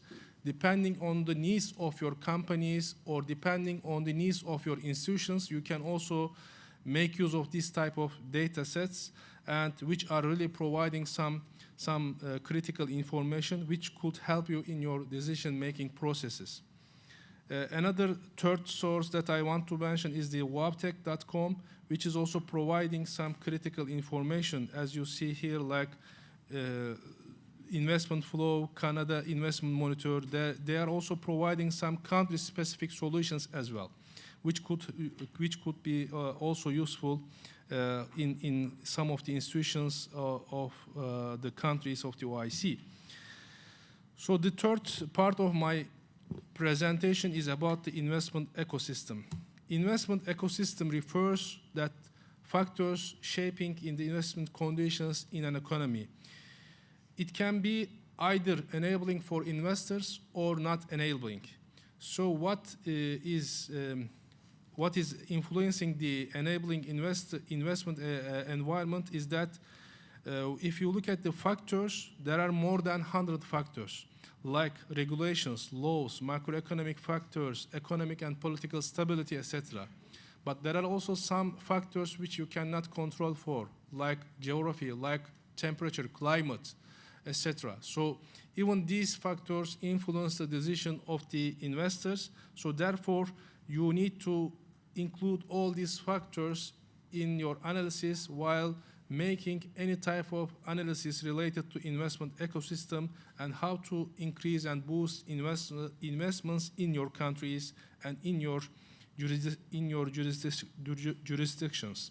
Especially when it comes to the quality and quantity of investments, we need to take into the developmental effects into consideration, because we need to understand that not only the quantity of investments matter, but also the quality, such as what are the environmental impacts of the investments, how many jobs it creates, and whether it is contributing to poverty eradication efforts in the local communities, etc. So we need to really understand and focus on these dimensions, because at the end of the day, maybe you may attract a significant amount of investments which are not really helping the local societies or the country. Maybe it is just adding additional profits to the headquarters of the multinational enterprises. So therefore, our countries really need to take this aspect into consideration. In fact, the Sustainable Development Goals of the UN also, in one sense, is putting targets to countries to achieve, like reducing the carbon emissions and making these investments more friendly for environment and for people. So therefore, in fact, it is already inherited in the overall developmental objectives of the member states. So therefore, now we don't have any room to escape from all these discussions. So therefore, not like in 1990s, the main objective is just to attract more more investment, we need to also focus on the quality and type of investment. So therefore, whether this enabling environment is available for this type of such as sustainable investors or not is an important issue that we should take into consideration in our projects and in our policy making processes in the member states of the OIC. So how we can measure the overall investment ecosystem in the member states? There are different initiatives and different databases which can be helpful in this exercise, such as I selected a couple of them for your perusal. One of them is the Global Entrepreneurship Index, which is defining the entrepreneurship ecosystem as the mix of attitude, resources, and infrastructure. And it is analyzing the overall ecosystem in 137 countries across the globe, and it is providing a comprehensive picture how each country performs both in the domestic and international context. Another one is the Ease of Doing Business Index of the World Bank, which has 10 different dimensions, like starting a business, dealing with construction permits, how many days it takes to getting electricity to your company, etc. In 2020, the World Bank has stopped publishing this index because of some irregularities in the reporting mechanism. However, the World Bank is now considering another version of this Ease of Doing Business Index in consultation with a lot of prominent academicians across the globe, because some of the member states of the World Bank criticize World Bank, which is providing some biased picture in the world, especially in comparison of the member states of some least developed countries. So therefore, this is just for your attention, but the good thing with Ease of Doing Business Index is the idea behind it, because it is covering 10 different dimensions, and it is also providing a lot of detailed information, such as how many reforms one country completed in order to improve the overall investment ecosystem. So therefore, it is really providing some critical information. And in my second presentation, I will show you some information on this, such as how many reforms Kazakhstan completed in improving the overall regulatory environment in attracting FDI, for instance. So it really provides some information not only about the ranking of the countries, but also their efforts to improve their overall investment ecosystem. And as I said, I think starting from next year, they will publish the new edition of the index with the changed methodology by taking into consideration of the criticisms of the member states of the World Bank. Another database which can be useful in analyzing the investment ecosystem in the countries across the globe, including the OIC member states, is the Global Competitiveness Index of the World Economic Forum. It is, again, a comprehensive and composite index which is trying to measure the competitiveness of the countries by taking a lot of different dimensions into consideration, and especially whether it is providing some productivity gains and what are the profitability expectations for companies if they go to that specific country. In this part of the presentation, I want to share with you some information about country risks and how it is affecting investment in the countries, and how the OIC countries can, reduce the country risks in the short term, and how these country risks affecting their investment positions across the investment landscape. And especially this part is very much relevant when it comes to the mandate area of ISEC, because sometimes it is not easy to reduce the country risks in a very short period of time. So therefore, the investment insurance companies, both at the national level and regional level, could provide some insurance for the investors. Especially when it comes to the definitional issues of the country risks, we can say that they are a challenge for any type of investors, whether domestic or international, because if there is a risk, the investor can look for another alternative country or region.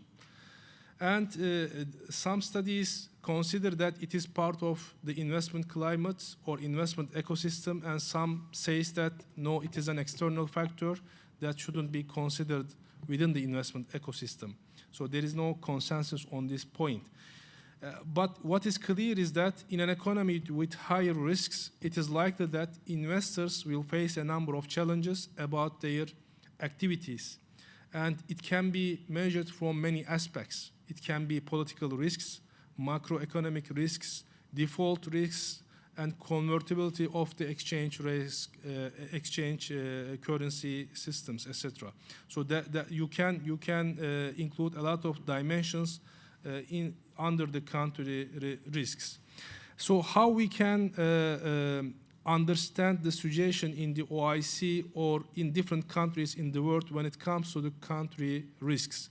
There are some prominent institutions and attempts to measure the country risks, like the OECD introduced the country risk classification system, which is called CRC. It is available on the webpage of the OECD and free of charge to download, to analyze, and to utilize it.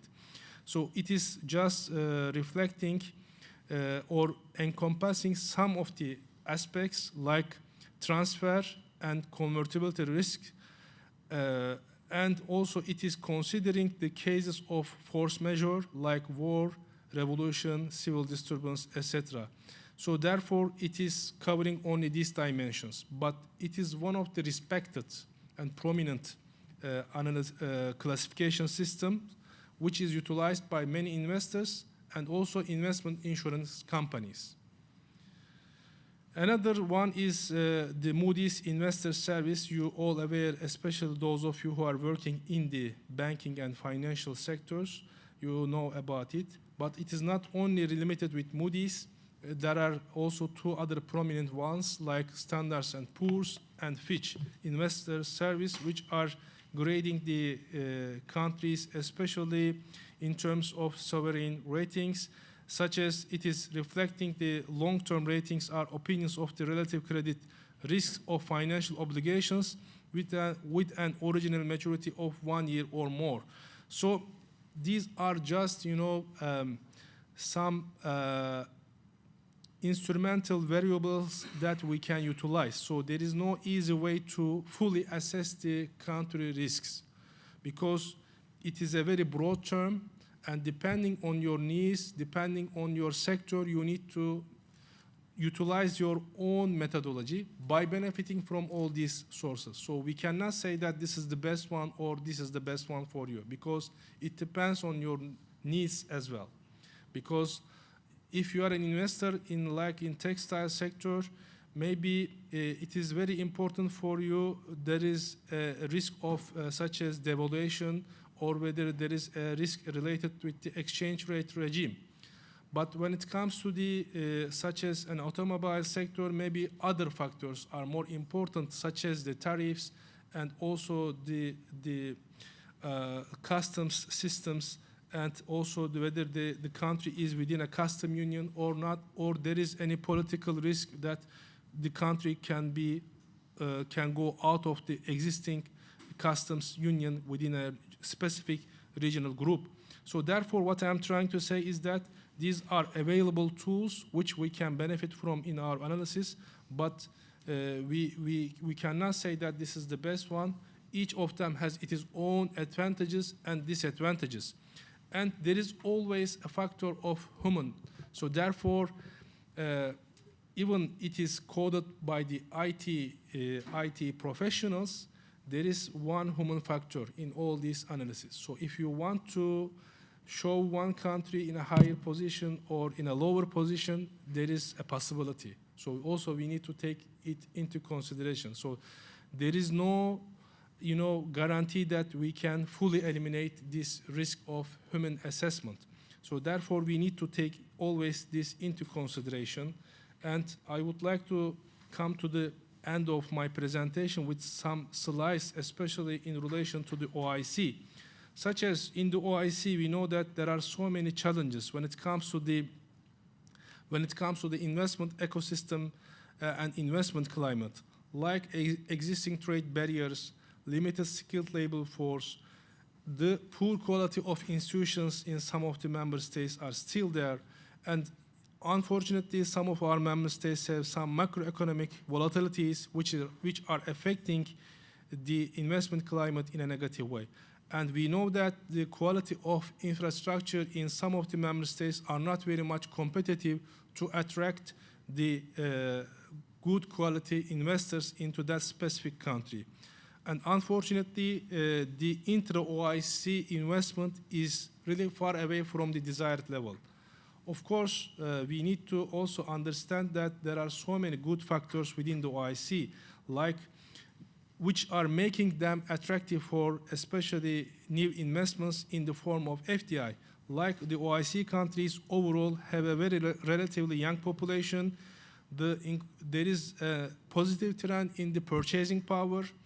More OIC countries getting higher integration with the global value chains, and our member states have very rich natural sources, not only in terms of oil or gold, but also in many critical minerals and elements.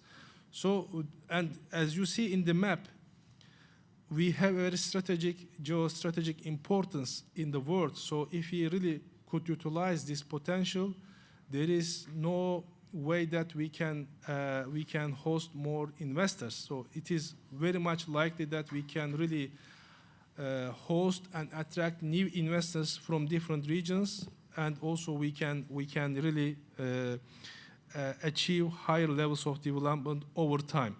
So in this picture, there are roles for the governments and policymakers, but also the private sector, because when it comes to the FDI, at the end of the day, it is the job or the responsibility of the private sector.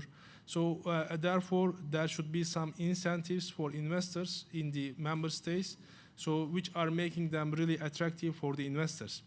And also, I would like to emphasize some of the positive steps that were taken by the OIC in order to enhance intra-OIC FDI cooperation. Like the OIC signed the OIC investment agreement in 1981. So it is, as you see, it is a very old agreement, because one of the main ideas of the OIC is to mobilize the economic resources and investments within the OIC member states to achieve a higher level of development in the OIC. Another thing is that OIC is organized, such as the Investment Promotion Agencies Forum in Riyadh in 2016. So in order to enhance cooperation among the investment promotion agencies of the OIC.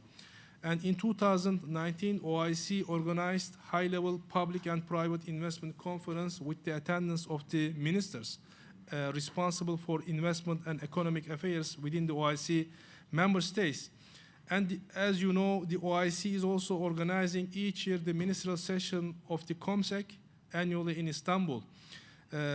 So all these issues related with the challenges of the investment climate, etc., are being discussed, and some of these solutions are being proposed through the resolutions. And the OIC also signed and adopted the OIC 2025 program of action, where the investment and trade is one of the key areas of focus, how to increase the inter-OIC cooperation in the area of trade and investment. And the Obic, we are here for the Obic program, and I hope that maybe in this year and next year we will have a lot of different activities within the Obic project, which could also boost the capacities of the member states. And finally, there are different OIC institutions like CESRIC, ISTB, ICD, ICCIA, etc. for that. Which are also organizing their own activities in terms of capacity building and training activities. So with all this, I think Obic could play an important role to guide investors, enhance inter-OIC cooperation, and improve business intelligence. With this, I think I came to the end of my presentation. Thank you very much.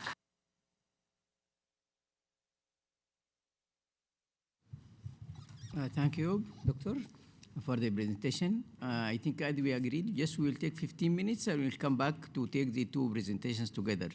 Okay?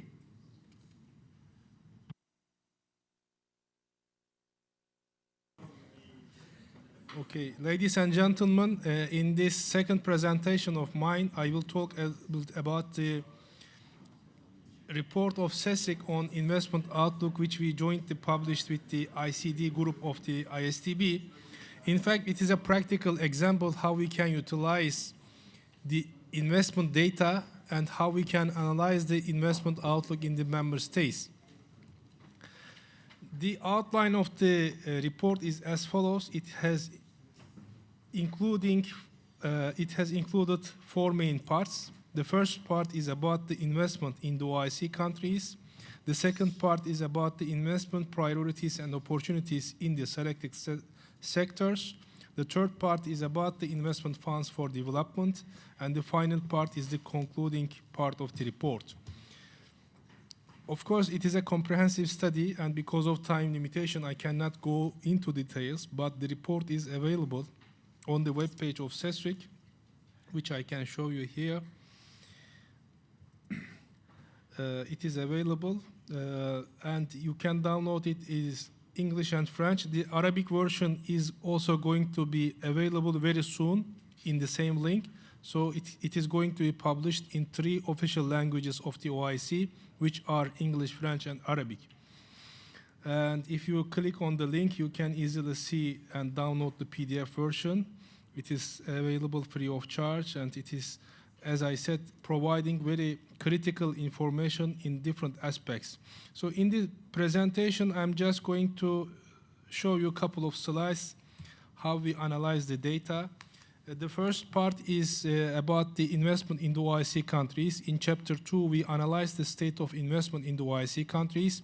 As I presented in my first PowerPoint presentation, we have 3 types of investment. First one is public investment, second one is the private investment, and the third part is FDI. So as you see, we try to focus on all these 3 types of the investment in part 1 of the report. And also in the first part, we talked about, in the 3rd chapter, about the investment ecosystem in the OIC countries. Like, we tried to analyze which factors influence the decision of the investors and how is the entrepreneurship environment in the OIC countries, and how is the situation in terms of competitiveness and country risks. And also we utilize some international indicators like the World Bank's Ease of Doing Business Index and the OECD country risk rating system. So this is just to provide you a snapshot of the first part of the report. And this is the trend that we see in the OIC countries when it comes to the global investment trends, especially as you see in the slide, the current trends in the OIC is positive.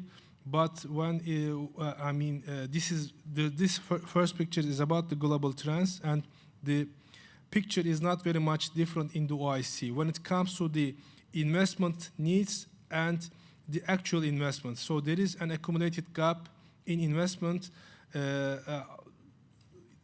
over the past 10 years and also in the upcoming years.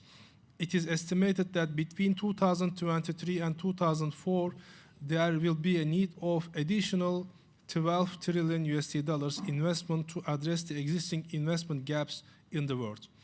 And when it comes to the infrastructure suggestion in the OIC, what we see that especially in some critical areas, in fact, that is why ISTB also is focusing a lot of on topics like education, health sectors, like, because we have a huge infrastructure gap in the OIC. Like in the education infrastructure, the OIC countries has a gap of to 97%. And when it comes to the health infrastructure, still we need additional 50% gap. And even in terms of treated water, there is a significant and huge gap in the OIC region. So therefore, there are some critical areas where the investors can focus on in the OIC, both in terms of public and private sectors. And another dimension that we discussed in the report is about the FDI trends in the OIC, especially when it comes to the inward FDI flows and stocks. As you see that the OIC countries followed a stable pattern, but which is far away from their potential. In 2020, the OIC countries attracted around 100 billion USD dollars. And as a share of the world, it is just representing around 10%. However, the OIC countries are representing or hosting around 26% of the world population, and unfortunately, they are generating around 10% of the GDP of the world. And also, when it comes to the FDI, they are representing only about 10% in the total FDI flows in the world. So what does this figure tell us? That the OIC countries really need to do a lot of efforts to reach their full potential. And another interesting fact about the OIC countries is that the FDI flows and stocks are focused on in only a couple of countries, like the United Arab Emirates, Indonesia, Turkey, Egypt, Saudi Arabia. In terms of flows, for instance, these top 10 performer OIC countries hosted more than three-fourths of the all FDI flows directed to the OIC countries. So this figure is just reflecting the 2020 figures, but it is not too much different when you go back to like the 2019 or 2017. So therefore, this is another issue that we need to address. The OIC countries, not all OIC countries are showing a similar performance. Only some of them are really doing well when it comes to the attracting FDI or investors. In this part of the report, we talked about the investment ecosystem in the OIC. As I described in my first presentation, the Global Competitiveness Index is providing a lot of critical information when it comes to the investment ecosystem in four main dimensions. In the first dimension, it is providing the information about the enabling environment, and these are the scores of the country groups like OIC, non-OIC countries, developed countries, and the world average. A higher score means a better performance in the certain segment, and as you clearly see in almost all dimensions and sub-indicators, OIC countries are having a relatively low scores as compared with the developed countries and the world average. So therefore, the OIC countries really need to take actions to improve the overall investment ecosystem in almost all dimensions of these indicators. Like take the example of the infrastructure, for instance. OIC countries had an average score of 58.2 as a score, but what we see is that the developed countries had an average score of 84. So therefore, the OIC countries as a group are lagging behind the developed countries, but also lagging behind the world average of 65.4. So therefore, overall OIC countries need to take actions. But at the individual level, we know that some OIC countries are really doing great when it comes to the quality of infrastructure. However, this figure is just giving us an idea about the overall positioning of the OIC countries in the world. And sometimes why I show this picture is that sometimes investors are making two types of lists. First one is the long list, the second one is the short list. So short list means that they are trying to shorten the long list, that the countries, they are trying to make a decision which countries they can invest in.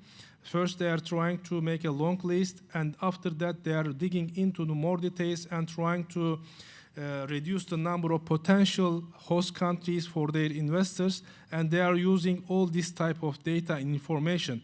So suppose that you are an investor, potential investor in the world, and you want to try to decide whether you want to go to an OIC region or a non-OIC region, depending on your products. So you just try to understand the dynamics in the OIC. So therefore, this type of picture could give you could give you a lot of ideas. Sorry. In the next slide, I want to show you the OECD country risk scores. There are 3 categories: low risk, medium risk, and high risk categories. Unfortunately, as you see in the slide, 37 of the OIC countries can be categorized in the category of high risk countries. So which means that significant portion of the OIC countries are being considered as high risk countries. In fact, it is a very big disadvantage, but when it comes to the such as investment insurance companies, it is a business opportunity like the ICA. However, we have 7 member countries in the OIC which are being categorized in the low risk category, and we have 11 countries under medium risk.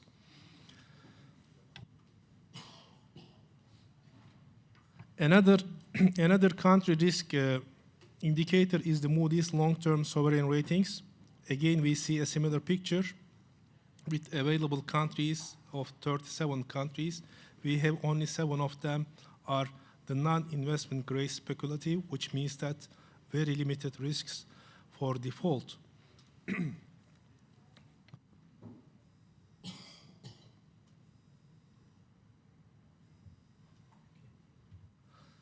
So related to investment ecosystem, in this picture I want to show you some of the information about the OIC countries, about ease of doing business index. We have some countries like Indonesia and United Arab Emirates doing a lot of efforts in terms of providing information and also improving the overall investment climate. Like United Arab Emirates, for instance, did 6 reforms in the category of getting electricity to make easy to get access to electricity and also getting the subscription for the companies. So what this picture tells us is that the OIC countries really exerting a lot of efforts to improve their investment climate. In the second part of the report, we talk about investment priorities and opportunities in the selected sector, especially in 4 main sectors, which are identified by our colleagues at the ISTB, which are critical for the OIC countries: the petrochemical sector, textile and apparel sector. The third sector is agriculture and food sector, and the fourth sector is mining and construction. So in these 4 critical sectors, OIC countries has a comparative advantage, and they can compete with many other countries when it comes to the attracting investors.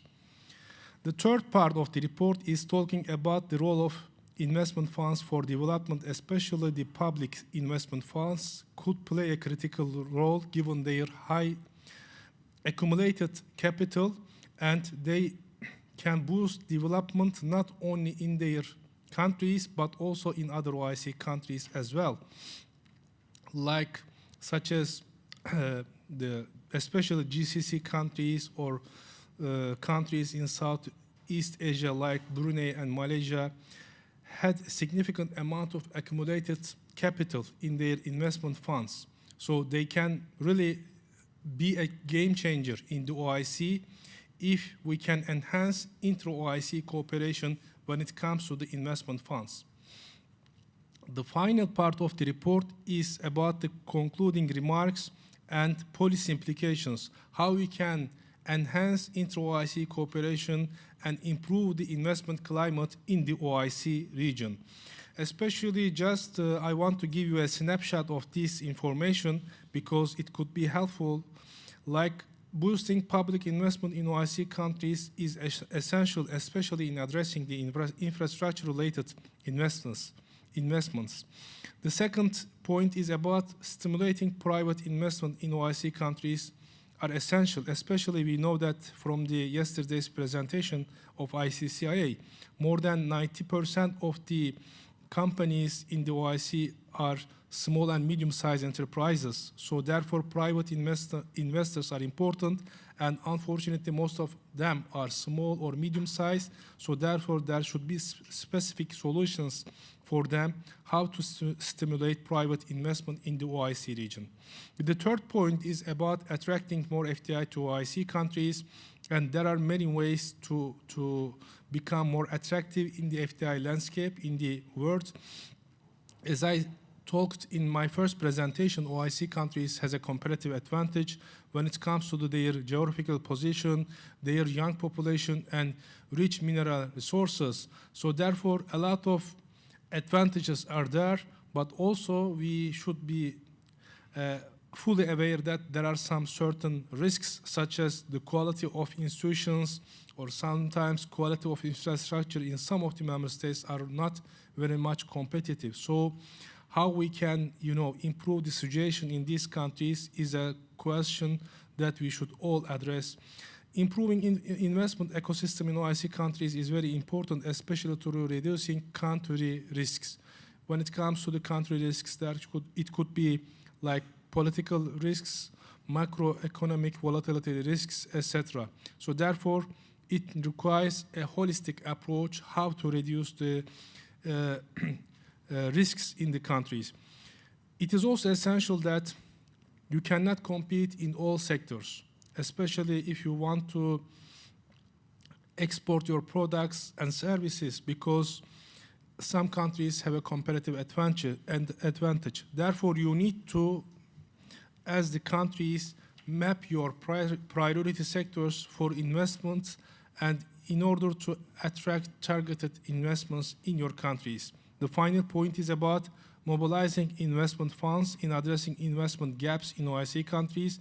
As I said, that the investment funds in OIC countries looking for opportunities in different countries, and sometimes they direct their investments to non-OIC countries because they are looking for profit opportunities at the end of the day.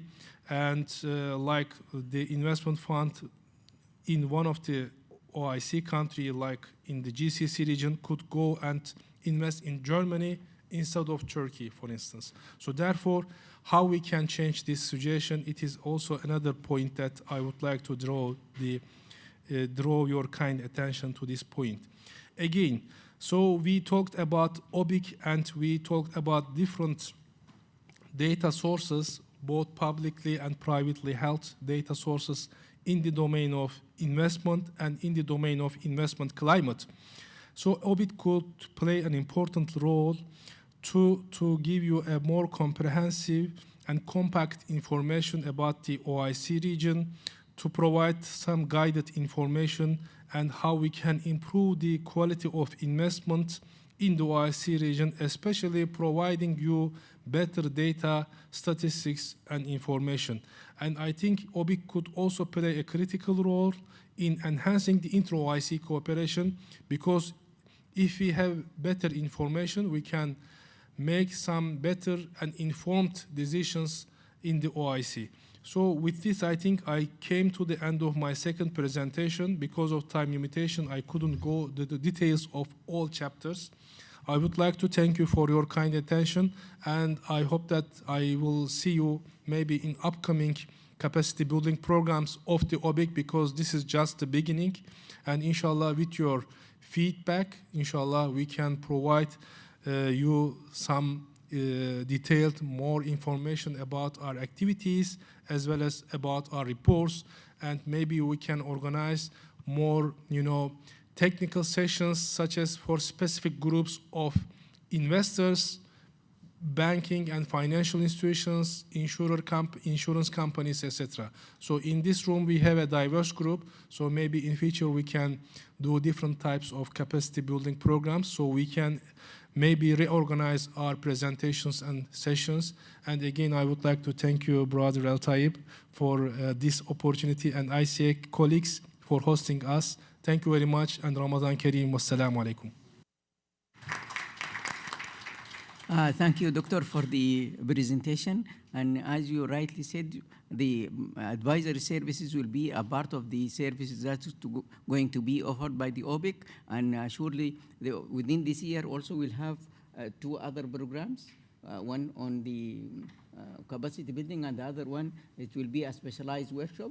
And also we'll have awareness sessions about the Obic itself in different countries. But it will be on a regional basis. And inshallah, we hope to see everybody there. And with this, I would like to ask Brother Hassan to have his presentation about the information legal aspects.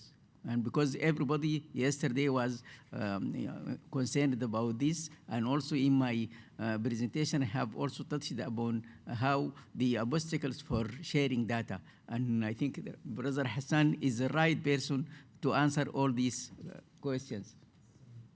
The floor is yours, Brother Hassan. Thank you, participants. Clearly, I'm sure energy has been spent, so I will do justice by being very brief.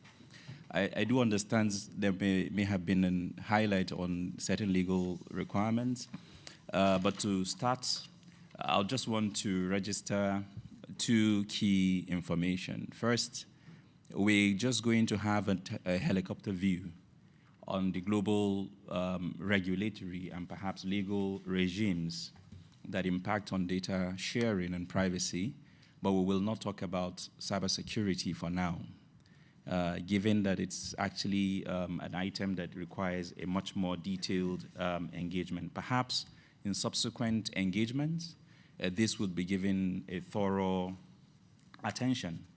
So without much ado, I would just definitely run you through what will be here. We would basically, we have already understood what Obic is about and what it stands to provide, for its users, the value it actually holds.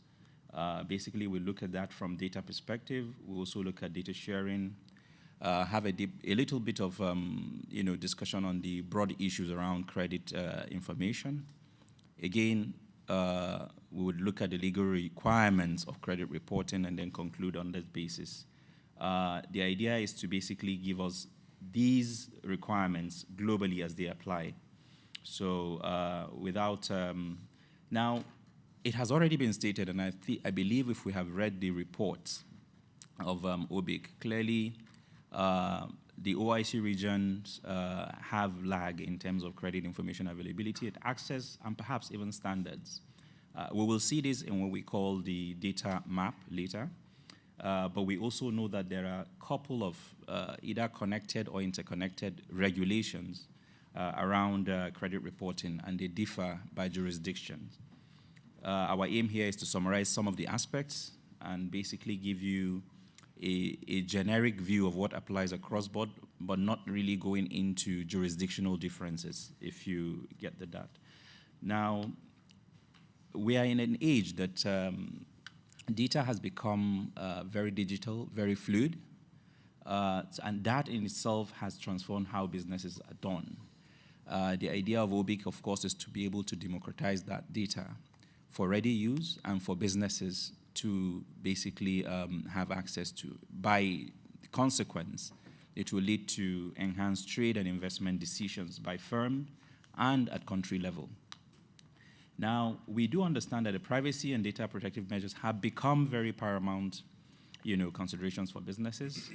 And these days we have seen, in fact, publicized cases of breaches and penalty and sanctions that actually have followed either misuse or unauthorized use of data.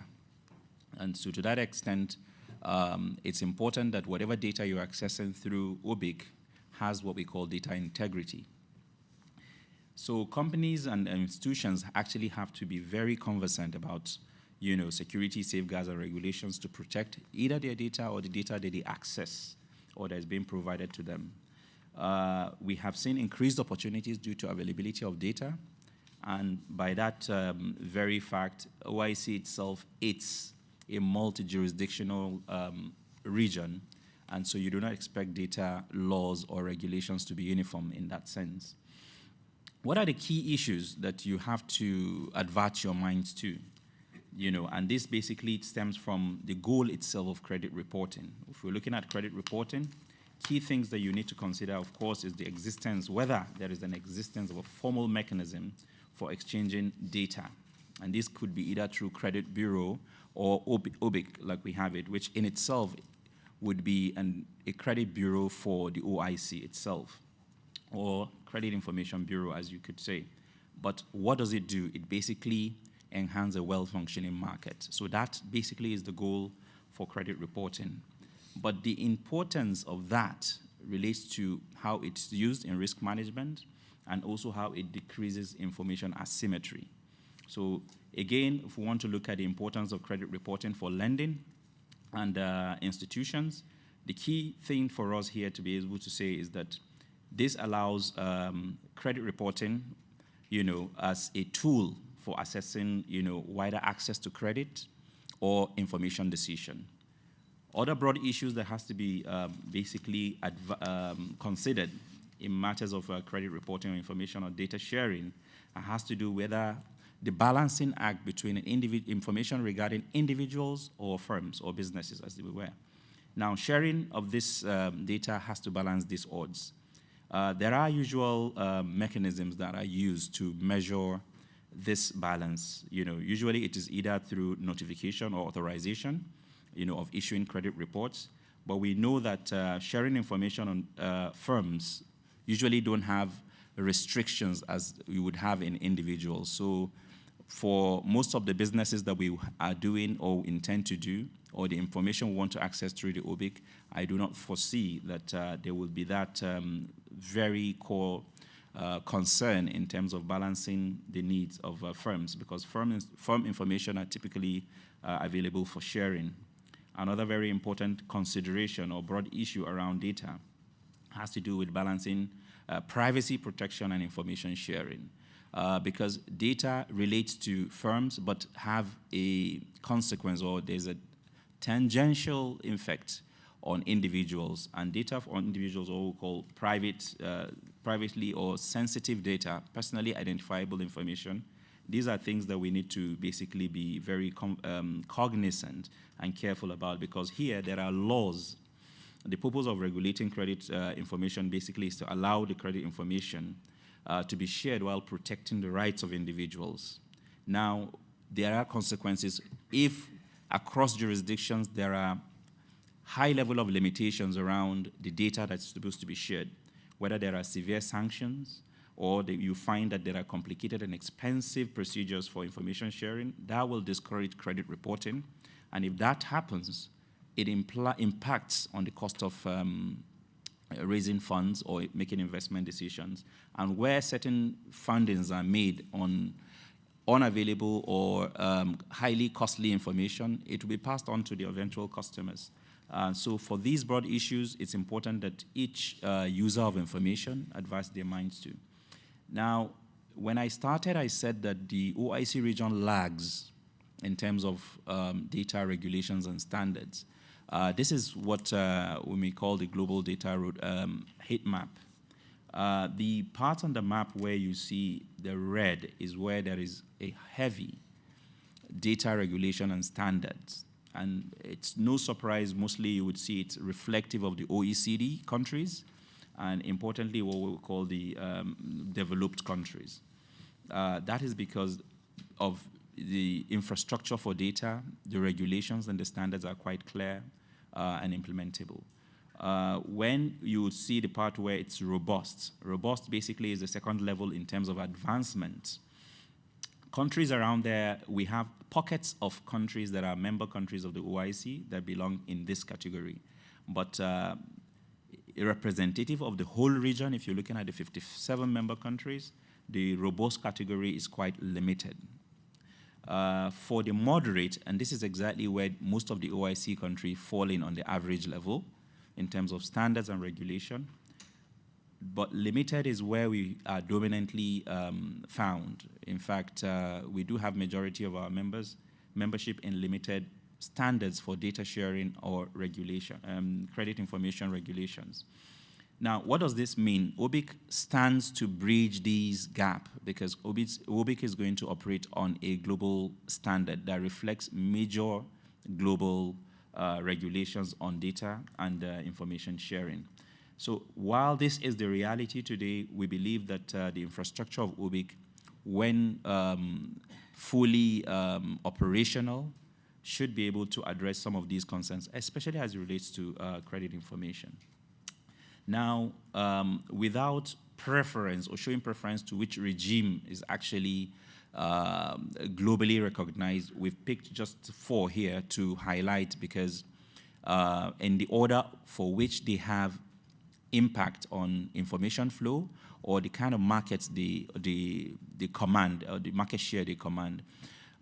The idea of having GDPR, or called General Data Protection Regulations, that operates in the EU and has an extraterritorial application beyond EU, especially when EU data is involved, is because if you look at the sanctions that have been applied for breaches, what I would call sanction per capita, this regulation has the highest globally.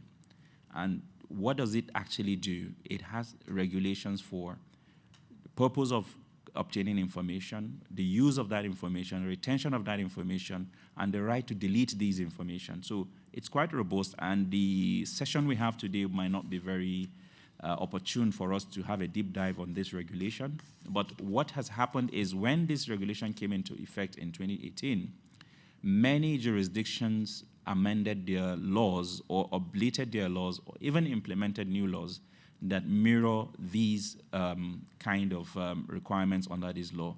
And that's because this regulation has a doctrine of equivalence, which means if your laws have certain safeguards and protections that are equal or similar to this, then when issues of breaches arise, these will be taken into account in reducing any sanctions for the breaches. California Consumer Protection Act is another that was almost immediately, 2 years later, implemented. And this is because it is strategically an important law that affects most data that has a lot to do with the United States. Although it's a state law, but it has a very global appeal given the nature of California itself in the financial circle. Another is actually the one that has a regional implication, which is the Asia-Pacific Economic Cooperation. That APEC privacy framework itself has implication on the nature of credit information, the retention of that credit information. It also mirrors similar requirements that are contained in the GDPR. Again, this is from a non-jurisdictional association called the International Association of Privacy Professionals. That embedded certain requirements for privacy as you design products and services. So you would see that whether you offer products or services, you are supposed to embed certain privacy requirements that relates to information gathering, collection, data. There's a concept, of course, under the GDPR and the other regimes called the data controller and the data processor. So these information roles that you play have been clearly outlined in this privacy by design framework. Another is the OECD. As we earlier shown in the map, you would see that in the OECD region, they are actually in the heavy regulation spectrum in terms of data sharing, credit information, and the likes. But there are certain key things, without definitely going into the legalese of these, that are legal requirements for credit information sharing, and that I would be very pleased to walk us through, and quickly, of course. What we look at is across jurisdiction, there are legal frameworks that guide the provision of credit information. But they mainly cover things that has to do with regulations concerning bank secrecy, data protection, consumer protection, of course, and fair credit granting, in relations to also personal credit information and also corporate secrets in existing laws. These laws are what we might, in different major countries, this law usually passed as data protection law. Just yesterday, I believe, even Saudi updated its data protection law by putting certain safeguards that has to do with the framework for credit reporting. So the idea here is that as Obic will be gathering information across jurisdiction, it has to mirror certain efficiencies required across these legal regimes. The second part that we consider to be the requirements from the legal perspective for credit reporting has to do with the scope of the law affecting credit information in different jurisdictions. Before we come to the Obic perspective, for example, if we're looking at the scope of the law, I'll just use the US for example. There's a law that actually called the Fair Credit Reporting Act, and this is, and usually in Europe is data protection law, but it has been overtaken by the GDPR. Now, we have to look at what the law actually does in terms of affecting availability and access to credit information. So these are key considerations that has to be looked at whenever you are accessing or you're requesting credit information. Here, usually you don't find restrictions for publicly available information, especially in registries of courts, bankruptcy filings, and the rest. But things that are not on these public data rooms would definitely be guided by the data protection laws that are operating in this jurisdiction based on the scope of their laws. Another aspect that we may have to advert our minds to relates to the limit of time. This is more or less what we call retention. You know, credit information are meant to, or any other data, are actually meant to have a specific data retention period, after which you are allowed as the holder or processor of that information to dispose. But the downside to this is also that when the law actually fixes a very limited time scope for retention, it reduces the availability of credit information and reliability. So I believe the Obic platform would actually have a better and lengthier retention period that would assist in terms of having long tenures, you know, in terms of not deleting records, and that would basically not impact or weaken any, you know, data that's supposed to be available for lenders, you know, to make certain decisions. Again, in terms of certain legal requirements, a thing we need to basically consider from the legal perspective is the processing system and the safety of the data. Again, like I said earlier, we will not delve seriously on the cybersecurity part, but the law requires that any provider of credit information, access to credit information should be such that there is a data security system that meets a particular standard. And Obic has to, in every sense, have a security requirement that assures the data safety and the system that actually hosts that data. Another has to do with collection, data collection, notification requirements across, especially, let's even take an example from the GDPR.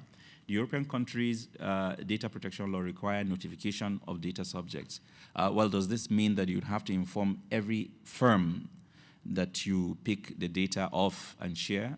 For firms, the requirements are less restrictive than you do have for individuals. So it depends on the level of credit information that you require. If it is a personal data, there might be notification requirements that are basically imposed by operation of law. Now, for the disclosure of credit information, it is important, credit information are not disclosed for the purposes of convenience. They are basically disclosed for a purpose that is recognized under the law, and the use must be such that it is authorized for, you know, purpose. Another aspect is the consent. Each country relating to credit report disclosure requires, some require consent, but we don't have a uniform requirement. But when you take the global regimes that we have basically explained earlier, you would see that the consent requirement for credit information has more restriction in consumer credit rather than broad-based, corporate or firm-based credits. So these are things that we need to advert our minds to from the legal perspective when considering matters that has to do with information sharing on the Obic. Another key part has to do with the consumer protection requirement. Now, for consumer protection, what every law actually has a bit of bias for protecting the interests or information relating to consumers. Usually, you would find that most of these laws have two things that they basically look forward to. Procedures should be in place, that actually detects if data is erroneous. If, for example, there's a report on a particular firm that doesn't reflect the true position of that firm, the firm should have a process.